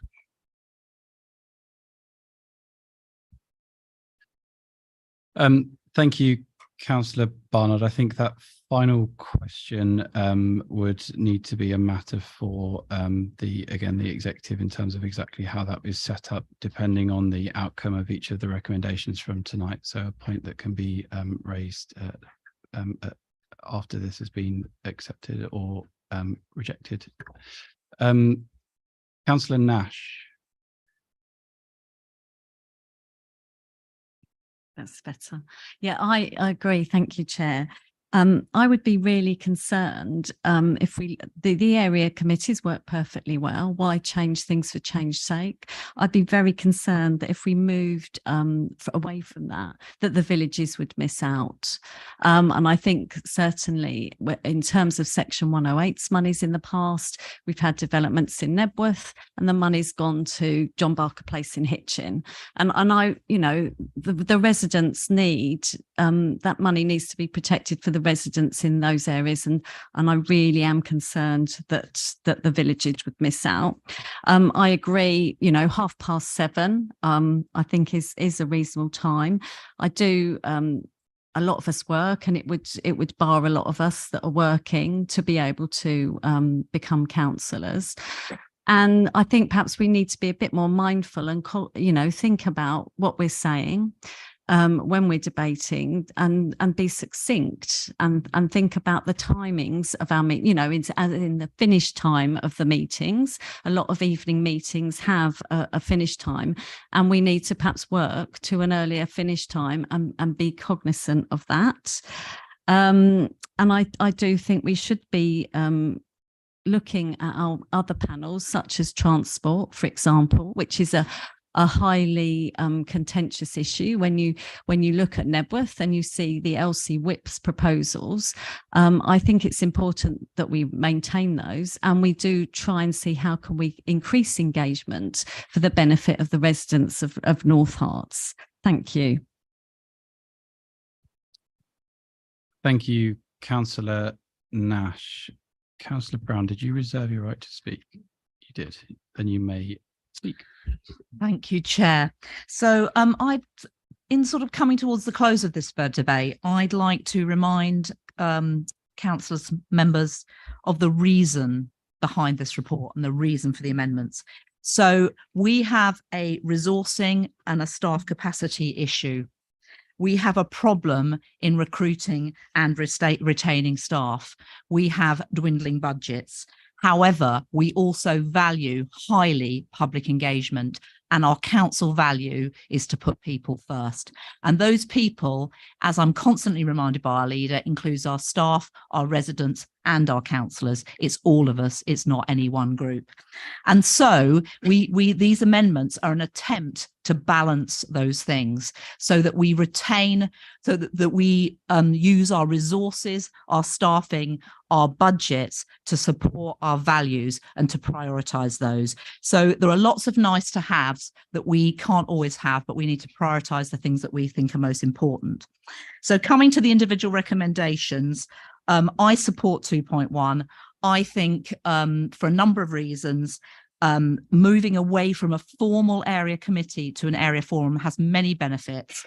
At the last Royston District Committee, we had 4 staff members present. They were there from at least 6 o'clock and maybe earlier, because we had town talk at 6:30. We then had 1 member of the public and 3 town councillors, some of whom had a few questions. And then we sat around and waited for half an hour to start at 7:30. Then we had our meeting. And so the IT person, the 2 community engagement people and the minute taker were there from at least 6 o'clock till 9 o'clock. And they've all travelled. And we were reminded again about the climate emergency. And we were reminded by Councillor Allen that many of our officers live further away. And so having them all travelling in is also not good for climate change. So there's the staff capacity, the officer time issue, and the environmental concerns. So I don't think it's the most efficient way. I also don't think it's the best way for the public. I think a lot of the public would like to be more involved in the debate and in the democracy. And I think therefore running an area forum on a less formal basis than a committee is a good proposal. So I support that proposal. So coming to 2.2, as has been said by a number of people, Councillor Mason, Councillor Jarvis, Councillor Nash, a few different people have said about the importance of local connection. And I wholeheartedly feel so much like Councillor Mason about, I love going to Royston District Committee. I love that local connection. I love the fact that people can come and be close to their councillors, that they come and hear us. And I would hate to lose that. So, and I also want to maybe clarify the way the grants panel works as opposed to the area committees. I've sat on the grants panel for 5 years now. And when I started, it was literally the community facilities capital grant, and it was for capital projects, but the scope has been widened. And whereas when I first was a councillor, I remember the Multiple Sclerosis Society coming to every area committee, which is a waste of their time and a waste of our time rather than going to a central. But we changed that. So most of the district-wide applications now come to the central grants panel. So the only ones that I hear now at Royston, and I can't speak for other committees, are very localised. They're people who are based in Royston, working in Royston, there for the support of the Royston people. And I would hate to lose that connection. So I think the proposal, as in 8.12, that the area forums are set up and hear the grants from local people, from local organisations, where they can come face to face with their local members, where their local members can ask questions. And we usually get a good debate there where people are asking questions and finding out more about the grant and what they're doing. That is a good proposal. They make recommendations to the exec, direct to the exec member, and the exec member then signs that off. And in my experience, that the district-wide panel also makes recommendations. I don't think the cabinet member has ever turned down one of those recommendations. So the fact that it's not a legal decision actually doesn't change it. The decision effectively is being made by the Area Forum, although it's technically a recommendation. The other thing I would like to say is that the area committees are completely open public meetings, whereas the district-wide panel is not. The speakers are invited in, but they don't listen to the debate and the public don't currently view it. Now, I know we could set up a hybrid YouTube, and I would welcome that because I think it should be more public, open and transparent. So if we put area committees into the current way it's working, it would be less public. And I'm all for openness and transparency, making it as public as possible. The other thing, the other thing I'm for is keeping it as simple as possible. So let's stick with that. Well, I've got couple more. Can I have a couple more things to say? Okay. So meeting times, I thoroughly agree with what's been said. Let's stick with 7:30. It's about commuters and young families, councillors with young families. And I think we can use our area forums to increase local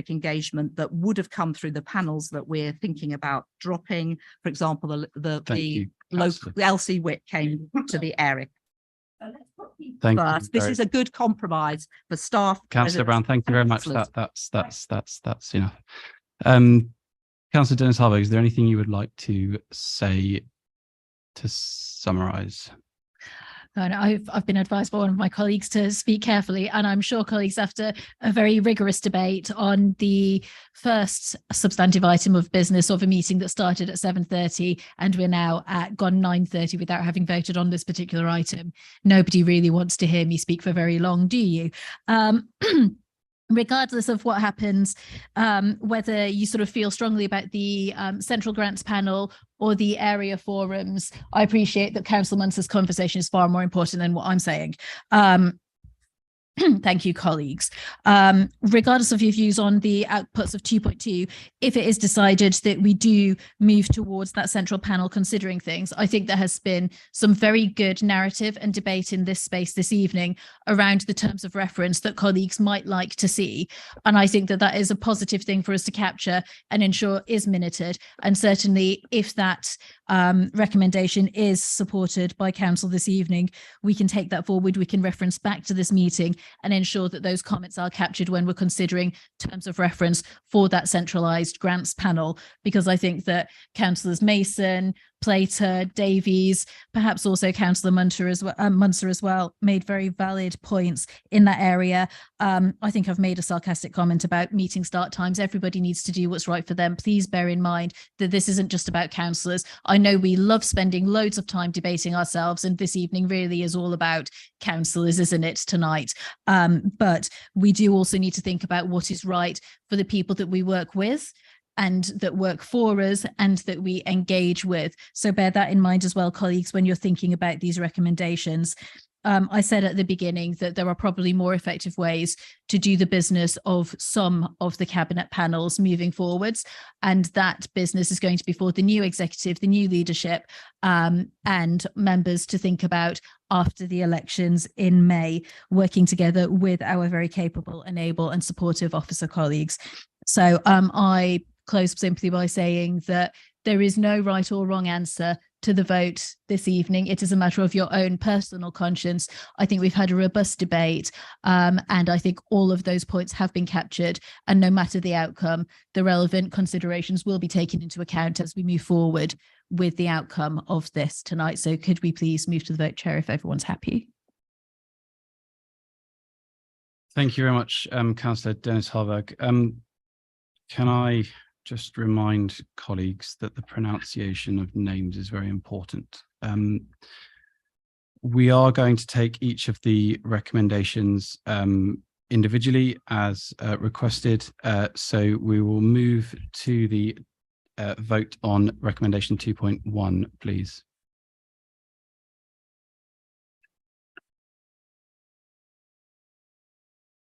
Councillor Derbyshire, as you can't vote, you can either say yes, no, abstain, or hand up, hand down. Little dancer. Yes, cool. Chair, that motion is carried.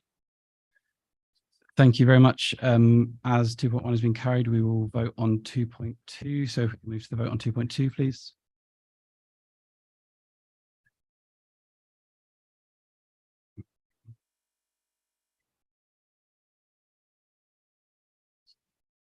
Councillor Derbyshire?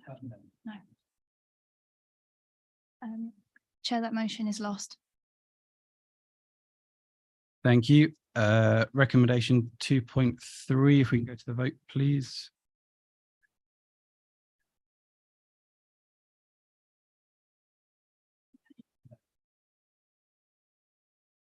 Chair, that motion is lost. Thank you. Recommendation 2.4 has been slightly amended to read, notes that the cabinet panel on the environment is, 2 seconds, on the environment is the remaining panel from May 2023. But Councillor Levitt, you have a point of order.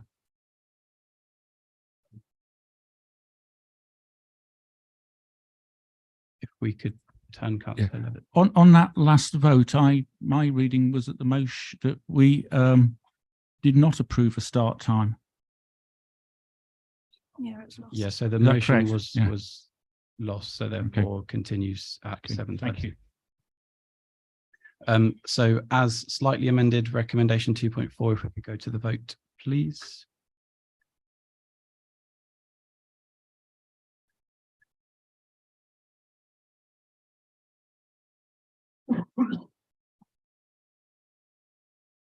Chair, that motion is carried. Thank you. And recommendation 2.5, if we could go to the vote on that one, please.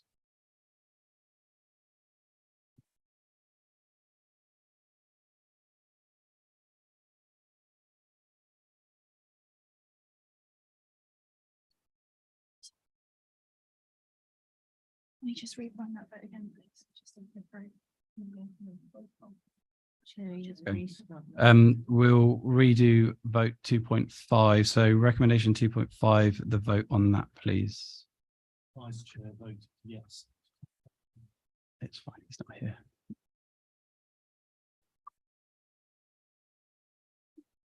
Chair, that motion is carried. Thank you very much. We will take a short adjournment. I'm conscious of how late it is. So if we could have a 5-minute adjournment, so therefore be back at 47 minutes past 9, please. Thank you.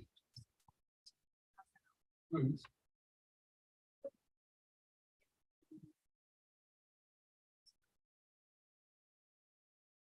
done the votes. No, I got. Sorry. Yeah,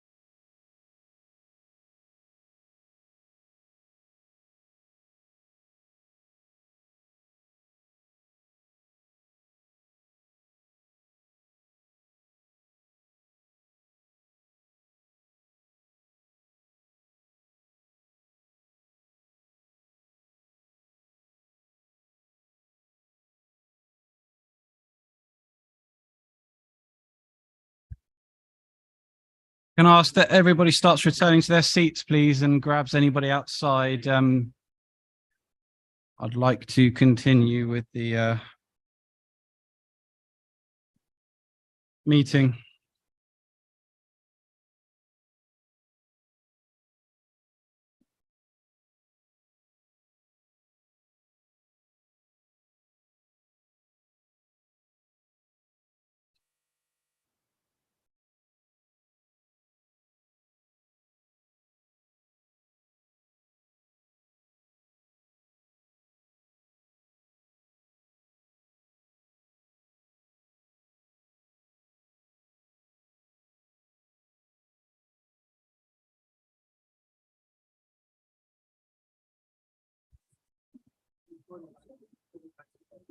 Is there anybody still outside?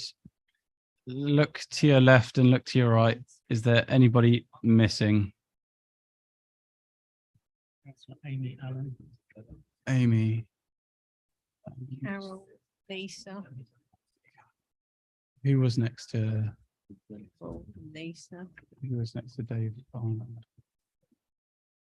Carol was next to Jean. Nobody was next to David. Okay. Still got a couple more people, so we'll just wait for them to come back and then we can commence.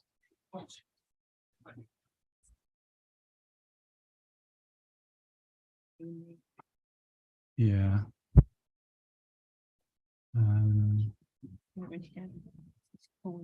Yeah. Yeah, or the toilet. Thank you.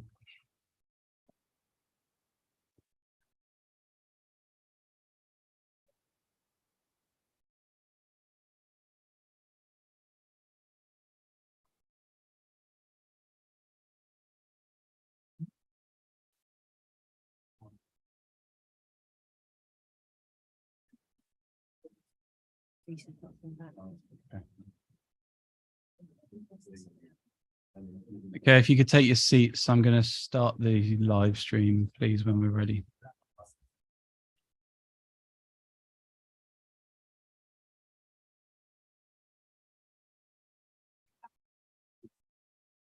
Thank you very much. Welcome back, everybody. Just prior to recommencing, can I just confirm that Ian Cooper, is still with us? If he needs to be with us, I don't think he actually needs to be. So he may have disappeared. So that doesn't still actually. here. Oh, he's still here. Thank you very much, Ian. Good to see you. Okay, so we will move on to agenda item 9, which is the notice of motions. So we have received one motion to consider, due notice of which has been given in accordance with Standing Order 4.8.12. That being a motion to remove the leader of the council from office. For the purposes of clarification, reference in the motion to the recent report of the conduct of the leader relates to the published decision notice, details of which have been published as an addendum to the motion. Can I please invite Councillor Strong to move the motion? Thank you, Chairman. I move this motion on behalf of the Conservative Group, and it is very simple. The motion is to remove the leader of the council from office. This motion is about standards in public life, following the report from the Monitoring Officer to the Standards Committee on March the 22nd on the complaints against members of this council. There, and as you have said, there is a link to that report. You will find a complaint which was made against the leader of the council, which has been referred to an external investigator, Mrs. Wenham, who conducted that there was a case to answer and the leader had breached the code of conduct and had brought the office of leader into disrepute. The events that caused this breach happened in January 2021, which is over a year ago, and should have given the leader plenty of time to consider her position and leave office.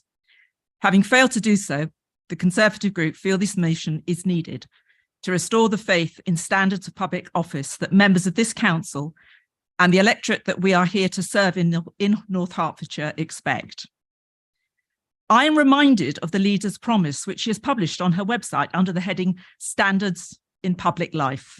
And I quote, "I will lead you by example and promote high standards of behaviour in everything I do." What I witnessed in that meeting last January and the subsequent press releases and comments she made on Twitter were not high standards of behaviour. So councillors in this chamber, if you believe that there should be high standards in public life and that breaches of the code of conduct by the leader are unacceptable, and that you should have no difficulty in supporting this motion. Making an apology is an admission of wrongdoing, but it does not take away that the code of conduct has been broken and the offer of the leader has been brought into disrepute. And finally, Chairman, because of the seriousness of this motion, I'm calling for a recorded vote so that members of the public will be able to see how their elected member have voted on this matter. Thank you. All on Councillor Derbyshire to second. Thank you, Councillor Strong. Councillor Derbyshire. Thank you, Chairman. I want to start tonight by clarifying a few points. Firstly, I made this complaint against the leader of the council because I believed that through her decisions on that day and her actions, she did break the code of conduct. Following a long and detailed investigation led by an independent external investigator appointed by the council, a detailed report was compiled with over several months, which came to the same conclusion I had come to all those months before, which was that the leader of this council had broken the code of conduct. We're not here tonight to discuss the process or whether the leader of the council broke the code of conduct or did not. It's a matter of public record that she did. Although we will hear tonight the argument that she has apologised for breaking the code of conduct, I don't feel this. Oh, excuse me. Although we will hear the argument tonight that she has apologised for breaking the code of conduct, which was accepted by our monitoring officer, but regardless whether the apology was accepted, surely that doesn't excuse from the fact that the office of leader has been brought into disrepute. The reason why we have brought this motion to the council tonight is to discuss whether members of this council feel it is acceptable to have a leader who has been found guilty of breaching the code of conduct, and whether the council should remove her from office and restore integrity to the office of leader. Thank you. Thank you very much, Councillor Derbyshire. We'll move on to the debate then, please. Councillor Munser. Thank you, Chairman. Over the last year or so, there has been much discussion about standards in public life. The public rightly expect those individuals holding a public office to display and embody the highest standards. It doesn't matter whether you are the Prime Minister, the leader of the opposition, the leader of a council, or a backbench councillor, because standards in public life apply to us all. And we are having this debate because the leader of the council has been found by an independent inquiry to have breached the code of conduct. Now, I referenced the decision notice, which I must say wasn't the easiest document to find on the NHD website, but I have it in my hand here. But it states the investigation concluded that there was a case to answer against Councillor Dennis Harburg in respect of the release of confidential information in relation to the closed meeting, the release of emails to members of the press, and bringing the office of councillor into disrepute. I would argue these breaches were not minor or accidental in nature. Rather, they were serious and deliberate breaches of the code of conduct, which are in fact aggravated further due to her experience as a councillor and the position of which she holds. Before I conclude, I would like to touch upon the topic of trust, because we are told by the administration they want to work cross-party on a number of different issues. However, for that to happen, a feeling of trust must exist between us. But it is difficult to see how we could, behind closed doors, have the robust and candid exchanges necessary if we had no assurances these discussions wouldn't be manipulated as they were when the leader of the council breached the code of conduct. We also shouldn't dismiss or underestimate the impact of this breach on public trust and confidence in this authority either. So I will be voting in favour of this motion this evening, and I would encourage all colleagues who care about upholding the highest standards in public life to do the same. Actions have consequences, and the leader of the council must be held accountable for the deliberate action she took, which led her to breach the code of conduct. There is still time, however, for the leader to do the honourable thing, to fall on her sword and resign. Thank you, Councillor Munser. Councillor Mason. Thank you, Chair. In politics, as in life generally, context is all. To pass judgment on this matter, one has to place oneself not in this council chamber tonight, but here in January 2022, 2 years into the COVID-19 pandemic and at the height of the Omicron variant. A time when COVID was rife and a mere month after we lost our colleague Paul Clark to the virus. That's the context of this debate. When that January meeting of this council went ahead, I was sat at the back of the chamber, jammed in next to colleagues, separated only by some Blue Peter-esque DIY barriers for social distancing, sat next to councillors wearing the best PPE they could get their hands on to protect themselves and their families, risking their health and that of others to attend the council meeting. Meanwhile, other councillors of all parties were forced by ill health or clinical vulnerability to absent themselves, because the lack of any agreement on proportionality meant both they and their constituents were disenfranchised. That's the context to Elizabeth's actions in that period, not political partisanship or trying to score a point, but a genuine concern for the health and welfare of members of this council and of council staff, and a heartfelt anger that was being unnecessarily compromised. One can criticise Elizabeth for an error of judgment if you like. We've all made those. I certainly have. But you should not question the genuine motivation that lay behind her actions. She should and has apologised for her action, begging the question as to why we are here now, tonight, still debating this.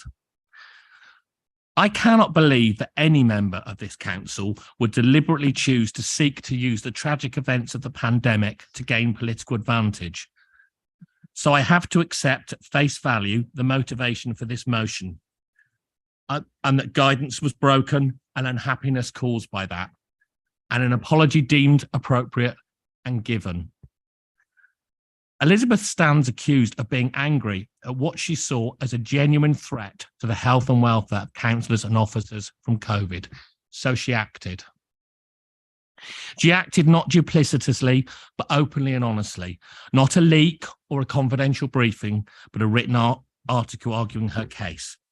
You can think it was ill-advised, but it was open and it was honest. Councillor Strong is a political opponent, but I respect her experience and I'll credit her with having the courage of her convictions and not being afraid to speak her mind. If she was prepared to argue against the proposal to limit the number of councillors in this chamber for safety reasons, then I'm happy to accept she had her reasons for doing so. What I don't understand is why there should be any reluctance to have that position aired in the public domain, and why we are having this debate now, so long after the event. Natural justice requires of us to ask, does the punishment fit the alleged misdemeanour? If anyone in this council chamber tonight believes that Councillor Dennis Harburg deserves removing from office for an error of judgment made at the height of that awful pandemic and whilst we were mourning the loss of a colleague, then you must vote as you will. But I will not be joining you, and I urge councillors of all parties to oppose this motion. Thank you. Thank you, Councillor Mason. Councillor Morris. As you all know, the independent investigation concluded that there was a case to answer in respect of the release of confidential information in relation to a closed meeting, and the release of emails did consequently bring the office of councillor into disrepute. This did break the council's code of conduct. As district councillors, we all take on seriously the responsibility of representing the public. We do not do this job thinking it'll be an easy ride. Most of us do it because in our little way, we want to make North Hertfordshire a better place. Much of the council's code of conduct is obvious, especially confidentiality. And the importance of the code is also spelt out to us very clearly by officers. We are supposed to set an example. Standards in public life are important. The problem now for officers and members is that in future, both may have to be careful when disclosing confidential information, wondering if the councillor has had a bad day, and confidential information could again perhaps find its way into the public realm. Clearly, officers and members should not be put in this position. Regrettably, I support that the councillor should be removed from office. Thank you. Thank you, Councillor Morris. Councillor Brown. Thank you, Chair. So this topic came up in the recent Standards Committee when we were looking at the Standards Matters reports, which details the complaints from the last year. And at that meeting, some questions were raised around this complaint. And we were assured by our independent person that this was thoroughly and impartially investigated, that it was done independently, it was a very robust, and that the conclusion, as has been said, that there was an error of judgment, but that an apology would suffice, that it was it did not require to go to a hearing, and therefore the apology was given and the case was closed. So as far as I'm concerned, as Chair of Standards, this case has been thoroughly investigated and it is closed. And I'm very disappointed that we are still debating it. And I thank Councillor Mason for setting the context, which is important to be aware of. And I think the wider context of Elizabeth's leadership should also be considered. You know, how many of us have never made a mistake? Can you seriously hold up your hand and say you've never made an error of judgment?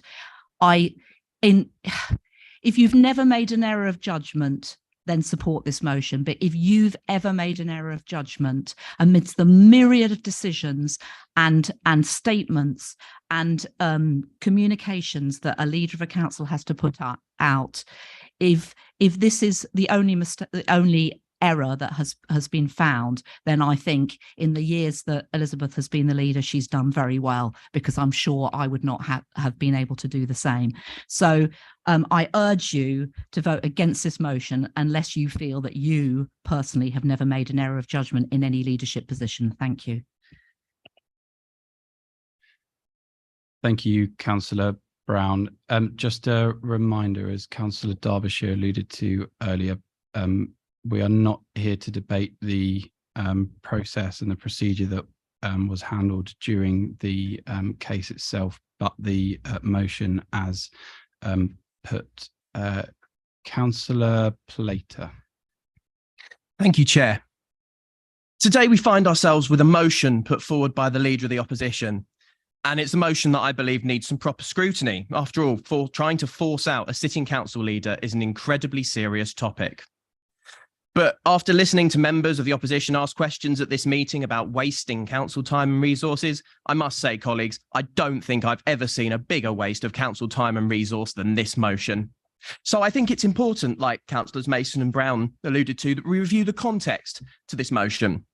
A motion which can only be described as Councillor Strong's last desperate throw of the dice from her failed so-called leadership of the opposition. After deposing Councillor Levitt in 2021, Councillor Strong's leadership of the opposition has contributed pretty much exactly nothing of value to this council that I can see. She's brought nothing of any substance to any council meeting I can remember, and I've been a keen observer of council business even before I was elected. The most amount of work that the Conservative group leader could muster during the budget debate was to moan a little bit and make excuses. Councillor Plater, if I could just pause you for a second. Councillors, as I just said, could we please ensure that we are debating the motion as put? I understand that there may be comparisons that wish to be made. However, that is not part of the motion as put. Can I also please make sure that everybody in the chamber is being polite and courteous, even though the subject matter of what is being debated could be very emotive. I understand that, but Councillor Plater, please do carry on noting those words, please. Sure, I've made the context, so I'll turn to the present day, because it is undeniable that the standards process was concluded. An apology was made and it was not contested within the relevant time limits by the complainant. This meeting, as the chair has said, is not a standards hearing. It is a full council meeting, and we should not be subverting the purpose of this meeting to bring to bear the seemingly obvious personal grudges of a member who has raised this. And let us not forget, this whole standards issue circulates around the fact that less than 2 weeks after Paul Clark's death, Councillor Strong allegedly said that only 20% of people get seriously sick from COVID, which is a point that has not been refuted, as a justification for having all 49 councillors in the room during the height of the COVID pandemic, knowing full well the risk this would place with colleagues with underlying health conditions. And these are colleagues like Councillor Judy Billing, Councillor Gary Grindle and Councillor Bishop, who are not here with us today. Councillor Plater, Councillor Plater, I'm going to stop you there. I'm afraid I don't think that it is right that we bring names into this debate of people who are sadly no longer with us. I respectfully ask you to conclude your comments, please. I will conclude, because, and in conclusion, I wonder why the opposition leadership has waited till now, some 6 months after the complaint was resolved, to raise a grievance with the outcome of the process. It is a blatant political attention seeking immediately before an election. They're wasting our time and resources of officers. It smacks of bad faith, incompetence, and electioneering about as subtle as a brick through a window. So I speak directly to my Conservative colleagues. Tonight's vote isn't about Councillor Dennis Harburg. It's about Councillor Strong looking to settle these grudges. And if you're sat there having had your name put on this motion without your consent beforehand, feeling used, angry, or thinking that maybe you'd be better laying aside party differences, then all you have to do is abstain from this vote and show the group leadership you've had enough of this farce and move forward to work with us behind closed doors. Thank you very much, Council. Thank you, Councillor Plater. Councillor Compton. Thank you, Chair. Firstly, I've never had to sit through anything quite so rude in my time here, and I would please ask that all members do remain respectful to each other, regardless of the context of what we're talking about. I think, coming out with things like that, please take a look at yourselves if you're going to talk like that, and think before you speak, because it's not nice when people are having to sit through it. Strikes of bullying, I've seen it again and again around Councillor Munzer, where people are trying to, shout him down, bullying him, and this strikes of nothing else, or very similar cases. I must admit that listening to this debate, it's sort of slightly disheartening. The fact of the matter is, Councillor Strong said something during a meeting, and part of what she said, which strikes an awfully lot like it was out of context, was then chucked across the media. Now, I'm not looking at what was said, who said what, when it was said. The fact of the matter is someone went out of their way, Councillor Elizabeth Dennis Harburg in this particular instance, went out her way to go to the press, say something out of an entire meeting, something that would be damning. So for people like, for colleagues to say, it was not vindictive or anything like that, I completely disagree. The fact of the matter is, Elizabeth Dennis Harburg knew exactly what she was doing. She was going to the press, again, for political gain, which Councillor Mason said it was not for. I disagree with that entirely. And quite frankly, I think she, has given an apology. Yes, it wasn't accepted by the complainant. What people might not know here is he was given an exceptionally short deadline to accept that complaint, and he was on holiday. So from my point of view, you know, what I've just heard in particular, and some of the arguments there saying that, you know, in great deal of respect, I feel it was vindictive on a personal level from what I can see, and I don't necessarily believe those things. Now, please, can we try and please keep to the facts of this and not start spreading spurious rumors about, you know, all sorts of things going on in groups. And, you know, if we want to work with you behind closed doors, I would struggle at this point in time, given that the leader of the opposition then goes to leak it to the press, particularly if it's behind closed doors. That's my thoughts. Thank you. Thank you very much, Councillor Compton. For fairness and transparency, you raised a point there regarding the length of time that Councillor Derbyshire had to respond. So I just want to bring Jeanette Thompson in to clarify that. Yes, I think factually, because this is something that was raised in the Standards Committee meeting the other time, we had 3 days in which to consider the matter, and Councillor Derbyshire had those 3 days from the 2nd of December to the 5th of December, which was the period of time, and I had no response from Councillor Derbyshire, and I have had none since.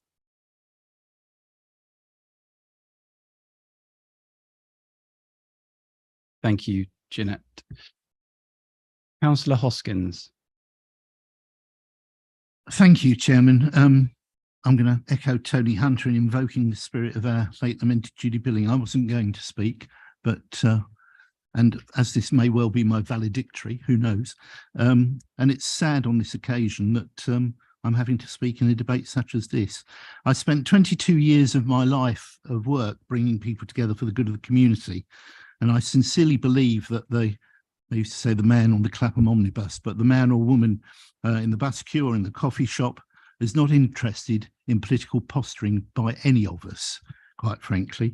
I realise that the machinery of elections is lubricated by vitriol, but there's no need to bring it into here. And a sort of pseudo-Trumpian indignation by anybody does democracy no good. So can we please get on with doing what I hope we all stood for and was made reference to by Councillor Morris, just doing the best for our residents. Thank you. Thank you, Councillor Hoskins. Is there any other debate? Councillor Dennis Harburg. Thank you very much, Chair. Like Councillor Hoskins, I wasn't intending to speak this evening on this matter, as has been indicated by colleagues across the floor. This is a full council meeting. It is not a standards committee. The standards process was concluded in December when an apology was provided, and when no response was received, that matter was closed. No response has been received by the monitoring officer since this, well, the standards committee, and now this motion are the first that any ill feeling or concern with that process has been raised. Queries have been raised over that. It is not my business to go into that here. Other colleagues have expressed their views of the motion which has been put. There has been language, there have been accusations about motives that are subject to the matters concerning the standards issue.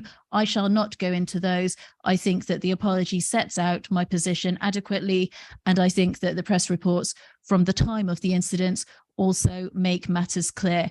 However, if colleagues would like to discuss things with me offline, separately, have concerns, feel that they're worried that they might not be able to work with me because I might leak something to the press, then please talk to me outside of this meeting and I will happily reassure you. But this is not the place for us to be having these conversations.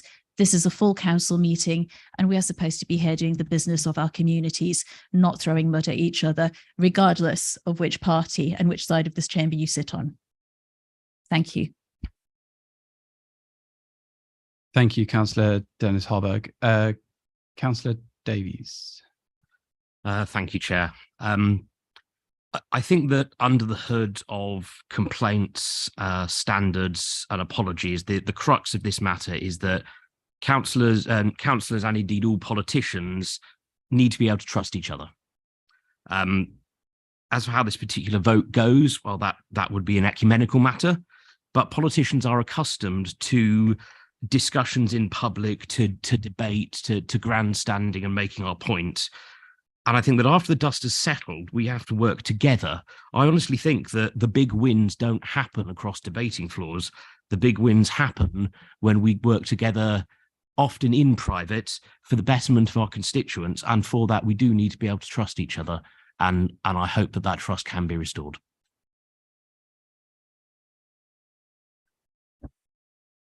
Thank you, Councillor Davies. Is there any more debate?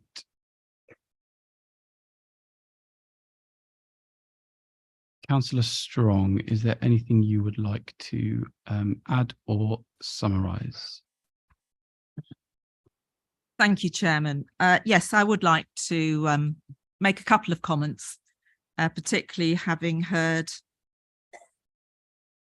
some of the members from the administration making yet further attacks on this motion. Firstly, I'd like just to put in context of why it's taken so long. The independent review had to be done. That did take a while.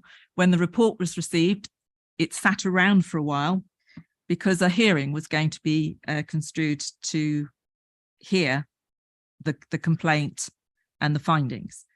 That hearing was, I believe it was the 5th of December, which was a Monday.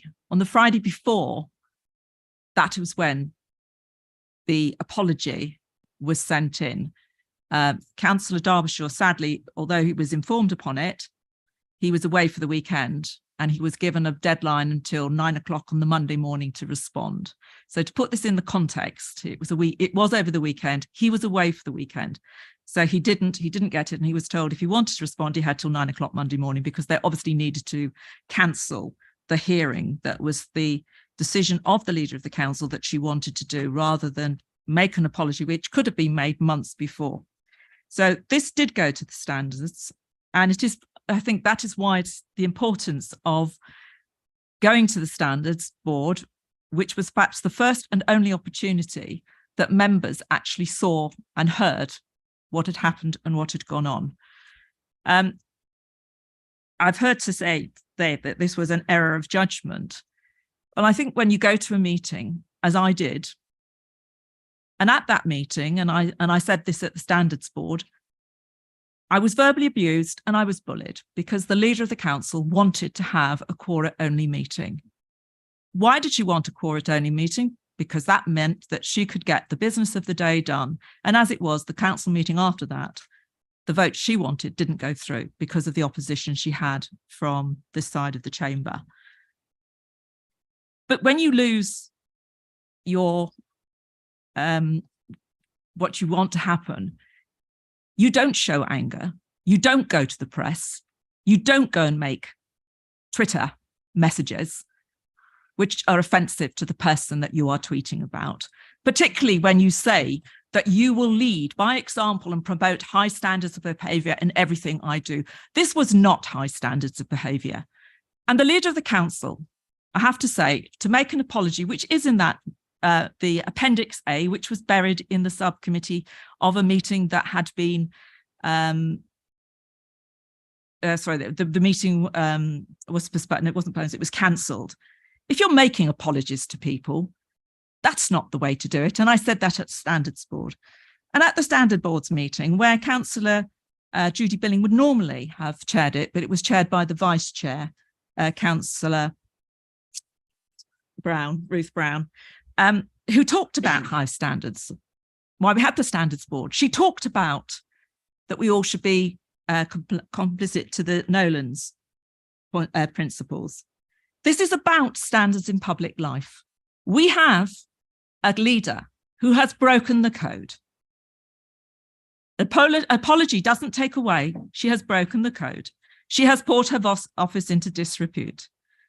The timing before an election, well, that's the time it has taken because Standards Board was in March and this is the first meeting after that Standards Board that we could bring this motion to full council. So it is, as I've said, I would like a recorded vote because I would like to know whether or not in this council we have councillors that want to uphold good standards or those that are quite happy to accept that it's okay to break the code of conduct and leave this council. And if that is what councillors feel they want, then that's what they're going to get. But I hope we will now go to the vote. And as I've said, I would like a recorded vote so that it is well known by all the public and all those that vote for them who wants to see high standards in public life and who does not. Thank you. Thank you very much, Councillor Strong. I believe Councillor Allen has a point of order. Just to point out that all votes are recorded on the screen. We don't do recorded votes anymore. They're all recorded on the screens. We do recorded votes Councillor because Strong. there are in the minutes. Yeah, the vote will be recorded and noted in the minutes. That's fine. Councillor Strong, thank you for summing up. Just before we do go to the vote, I do want to remind councillors that we are not voting on the process or the standards process that was conducted and carried out. We are voting on the motion as it was put. This is going to be a recorded vote, so could I please go to the vote?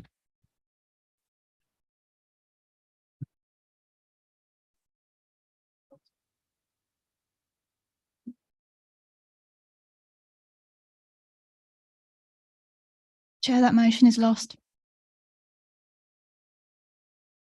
Thank you very much. That concludes the business for tonight. It is 24 minutes past 10. Thank you everybody for making my last meeting easy. Have a good evening. Thanks very much. The next person will come to this we'll have a hard act. Thank you very much, Councillor Bloxham. Thank you.